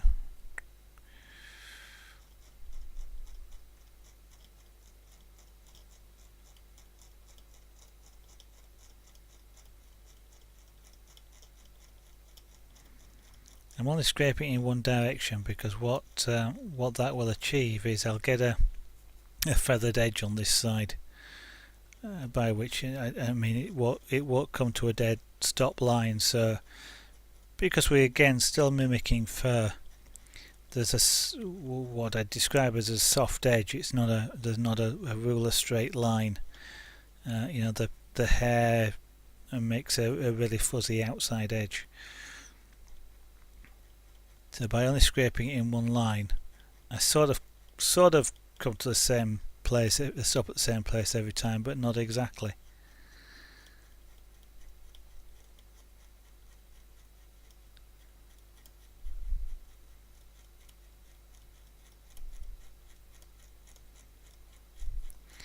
And there I was, just about finished, and then I go and do something like this,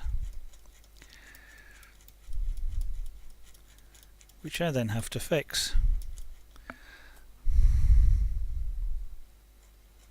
But I am determined that I will finish this pussycat on this stream.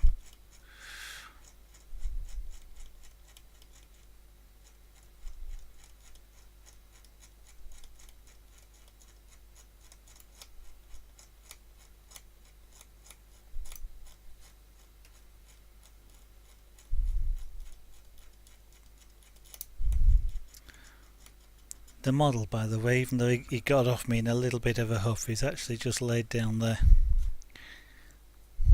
He got off me because I wasn't quite giving him enough attention. He likes a little bit of stroking while he's laid on your knee, but not a great deal. And if you don't quite match his expectations, which of course you've no idea what that is, being a cat, he's not going to tell you. He gets off and he's gone and laid behind the monitor because it's nice and warm back there with the backlight on. And he generally lays with his back against it, and quite often he'll lay with his back there against it with his paws in the air.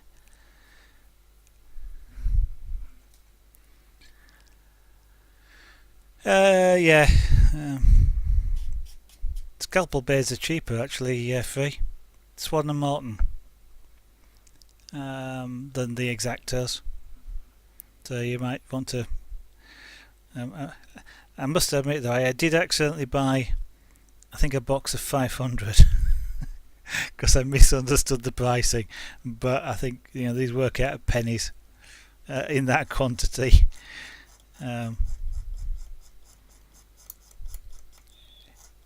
But they are cheaper than Exacto blades. If you're talking about scalpel shaped blades.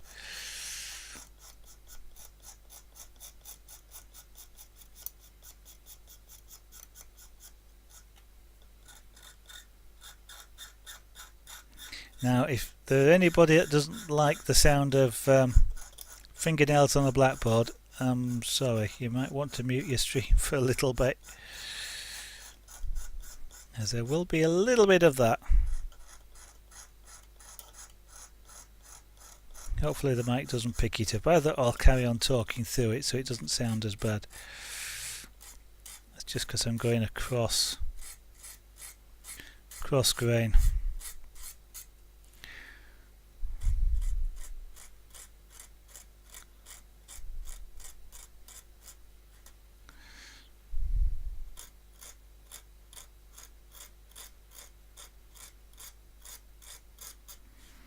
Okay, let's have a look. How have I done?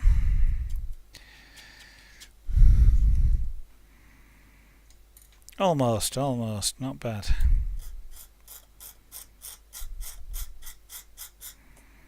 Just need to come down here a little bit.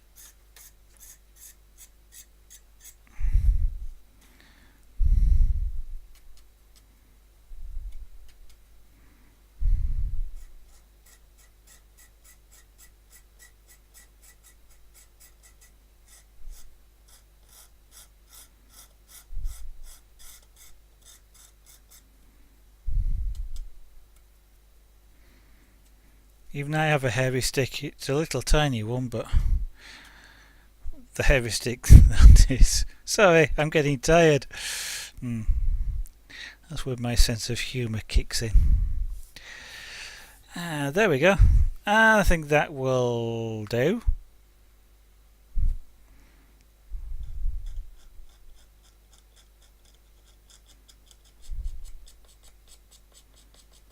I suspect probably for a day or so I might just be seeing the odd bit that I don't want to just knock the edge off of there, but I think that's close enough. Now then, whiskers and hair. Actually they probably would, because have I got, well, I don't know, let me see if I can do this.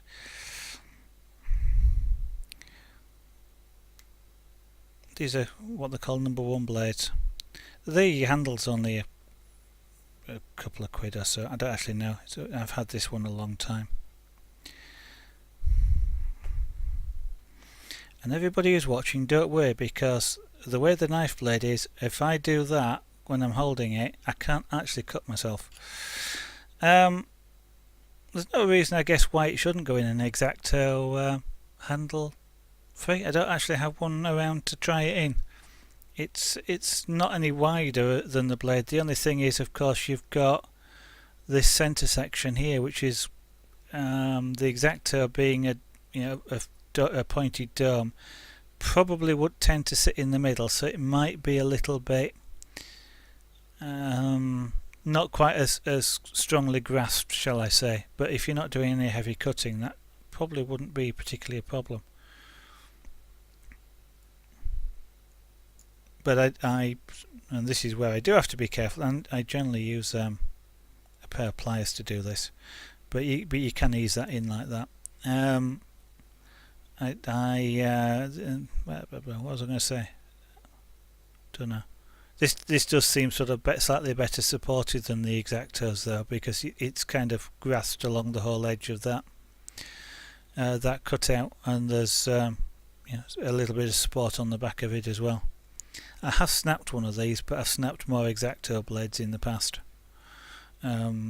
Maybe also because these are slightly harder to hold, with them being not round. But anyway.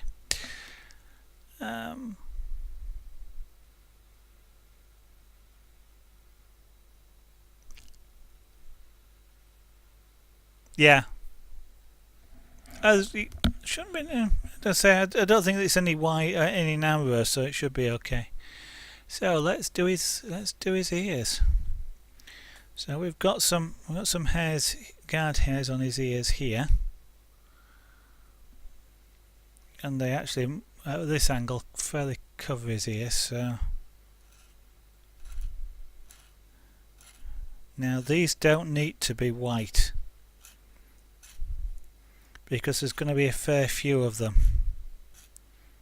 and so they will show up because of that. I will go over a few times, but I'm not trying to make individual hairs show up here. It's kind of just, there's almost the impression, it's sort of a slightly transparent effect.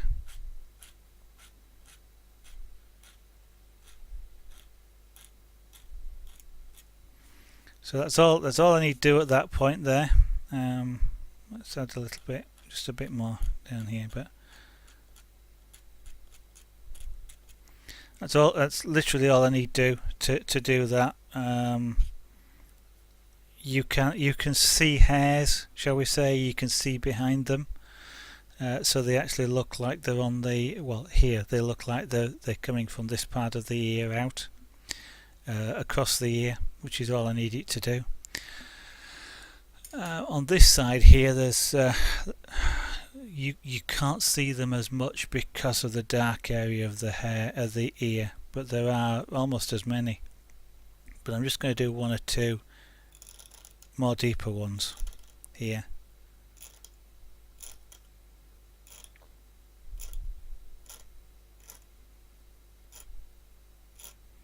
I'm not, other than a slight curve, I'm not fantastically aiming for any particular pattern or anything like that. It's fairly random, and just a few like that is just enough on that side. Don't need to go overboard on it. A lot of the time it's just like a hint. Okay, now let's give him some whiskers on the top of his head. Now these I will sort of keep going over. I'll only do 2 or 3. Again, I'm not after representing exactly all that's there. I just want to put something in because he looks a bit bald at the moment.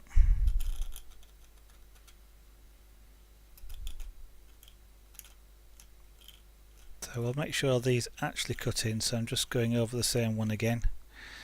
Let's put up. So I am actually digging in quite deep here with the point. We'll put a couple just like that,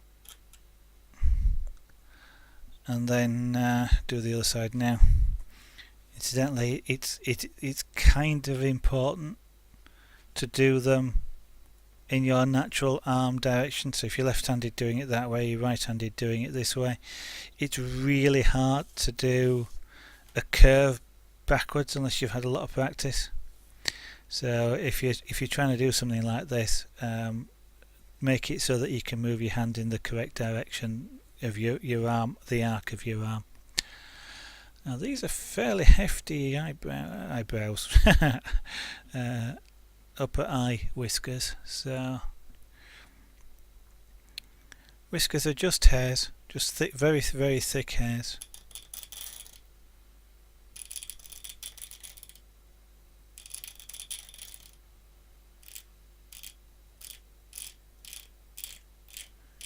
And they do fall out just like any other hair, so you do find them around the house.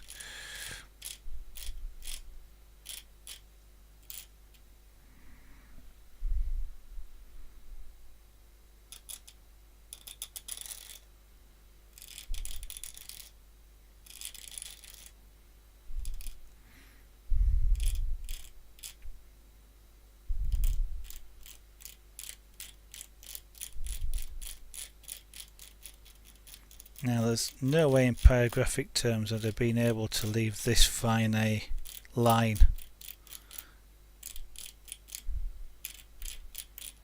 when I was doing the main surface, so that's why I just scraped them afterwards. Let's see if we can get a couple of these really curly ones in just for the fun of it.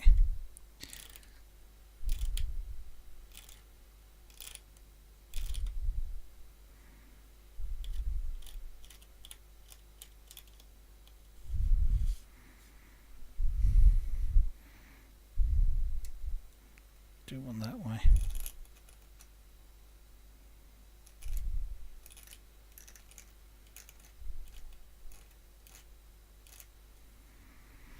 And now we need some whiskers. Whiskers on his muzzle. Now because of the lighting, these you'll only really see them when they hit the body. I'm not going to put a lot in either. Again, just like Junior's got about half a dozen. So they come from about there.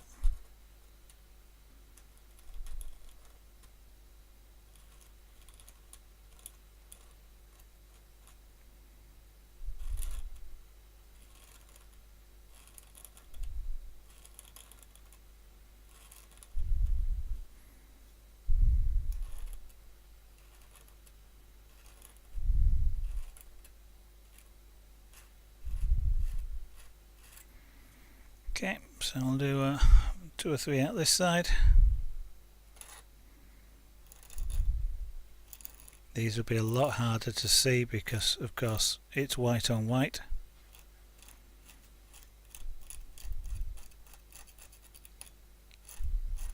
So I'm going to exaggerate these somewhat in terms of the thickness of them compared to what they really should be.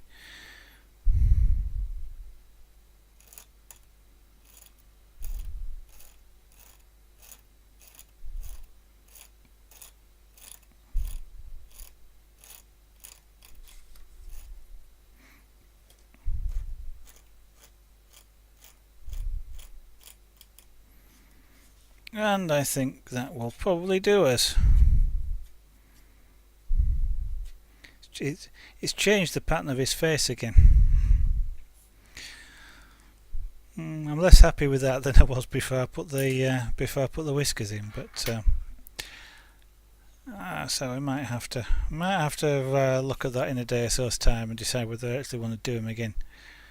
Yeah, the face shape has changed by putting those whiskers in. Or it has to me. But that's a finished piece. How do you think? You've not seen the well, you probably haven't seen the real one. Let me see if I just let's see if I can make this reference a little bit bigger so you can see the what it looks like side by side. Just move it over a little bit. Oh, good evening, Bubbles the Monkey. You've been lurking, I guess. So there you have the reference image that was done and the actual finished piece.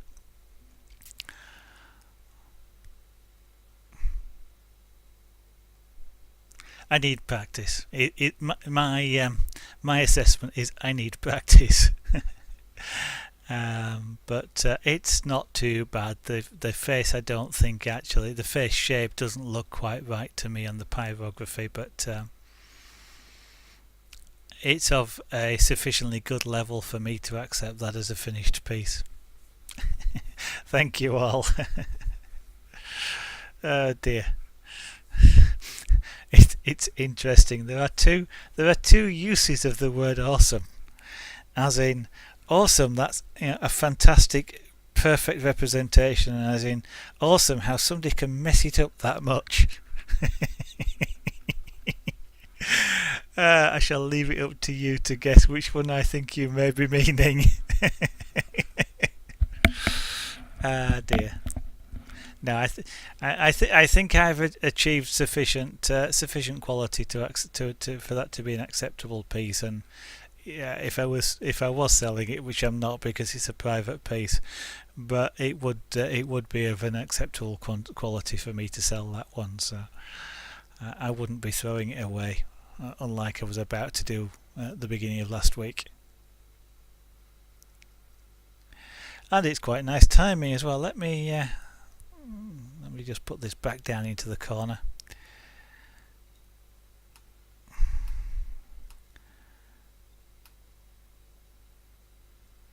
There we go. That's how I took it to what you guys were meaning. Just to be clear on that. No, I sometimes play about with words, but yeah.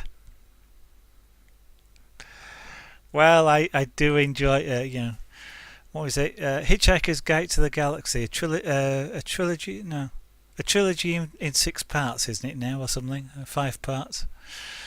Dear. There we go. So my wife now has a pair. I half suspect that we have 3 cats at the moment. The other one's a female cat.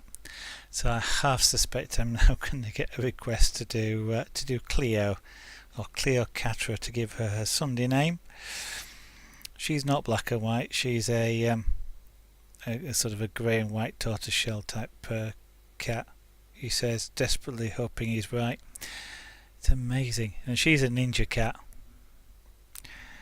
She's the one that the instant my wife sits down, she appears as if by magic on her knee. She never sits on my knee. In fact, she rarely comes near me at all. She is besotted with my wife. She will lay on my wife wherever she's sat in a chair. She just appears. Nobody knows how she gets there. Nobody sees her get there. She just appears. A true ninja cat. So I suspect she may be next, but I probably won't actually do as the next pyrography piece. I think I'll do something slightly different. Have a change of scene from doing a cat for a while, and that probably means not doing a big cat either. Don't know what I'm going to do though. So ideas are always welcome if you guys have anything, but yeah, Cleocatra, that's correct. Yes, Bubbles.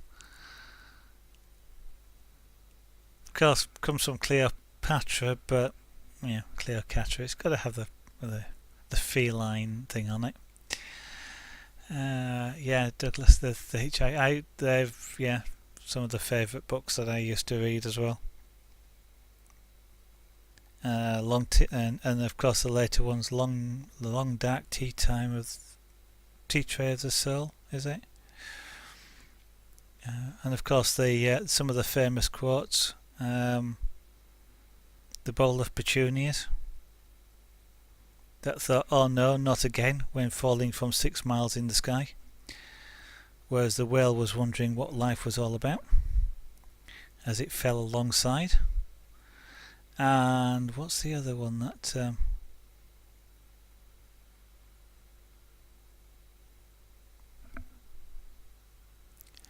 oh, you mean like the one I did on with the airbrush? Yeah, that's an interesting idea.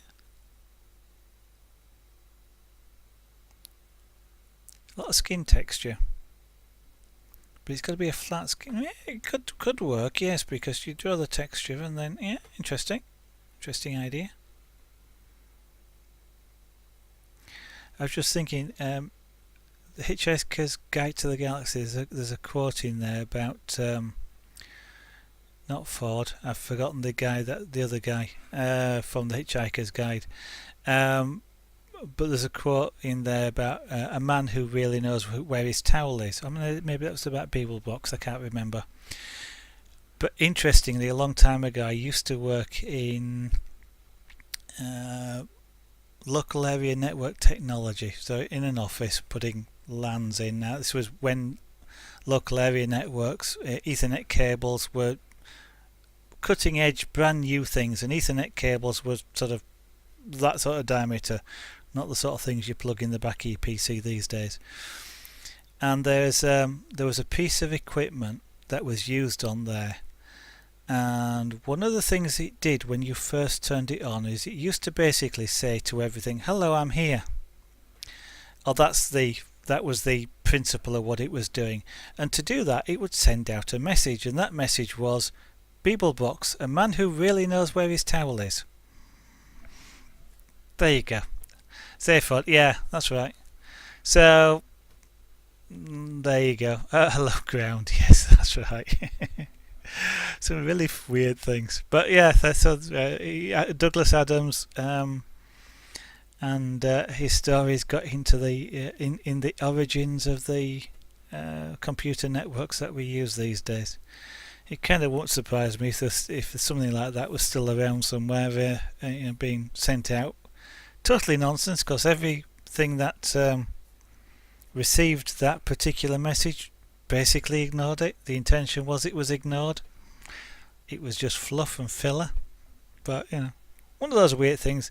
I rolled about laughing the first time I actually read that using a special bit of a kit called a network analyzer, which showed the contents of these messages, which you normally don't see, and I just rolled about laughing for about half an hour when I saw that. It made my boss wonder what on earth I was doing until I showed him. Yeah, don't panic. All those things. I was trying to remember the other one as well. There's just before I mentioned about the bowl of petunias, but I can't actually call what it was. Oh, yeah, that's right. So long and thanks for all the fish. That's the other one. Meaning of that, yeah.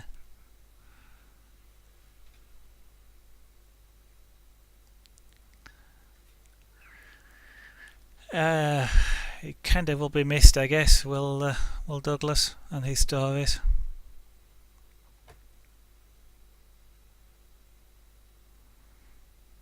And of course, then there's the finite probability machine as shown on the television programs.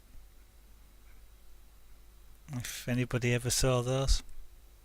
Not the infinite improbability drive, but the finite probability drive. Thank you, lol kid. It does add to it, but I think it actually changes the face shape a little bit. But it kind of looked a little bald without them. Now we find out who actually has any recollection of the finite probability drive, or who actually watched the programs. And I'll give you an extra hint: the office parties.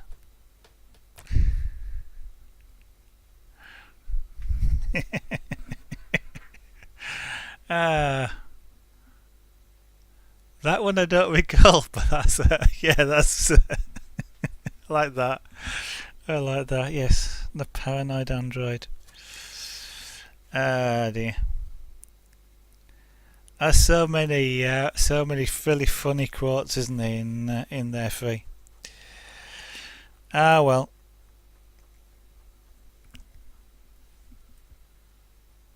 I think I might have to read the books again, just for the laugh.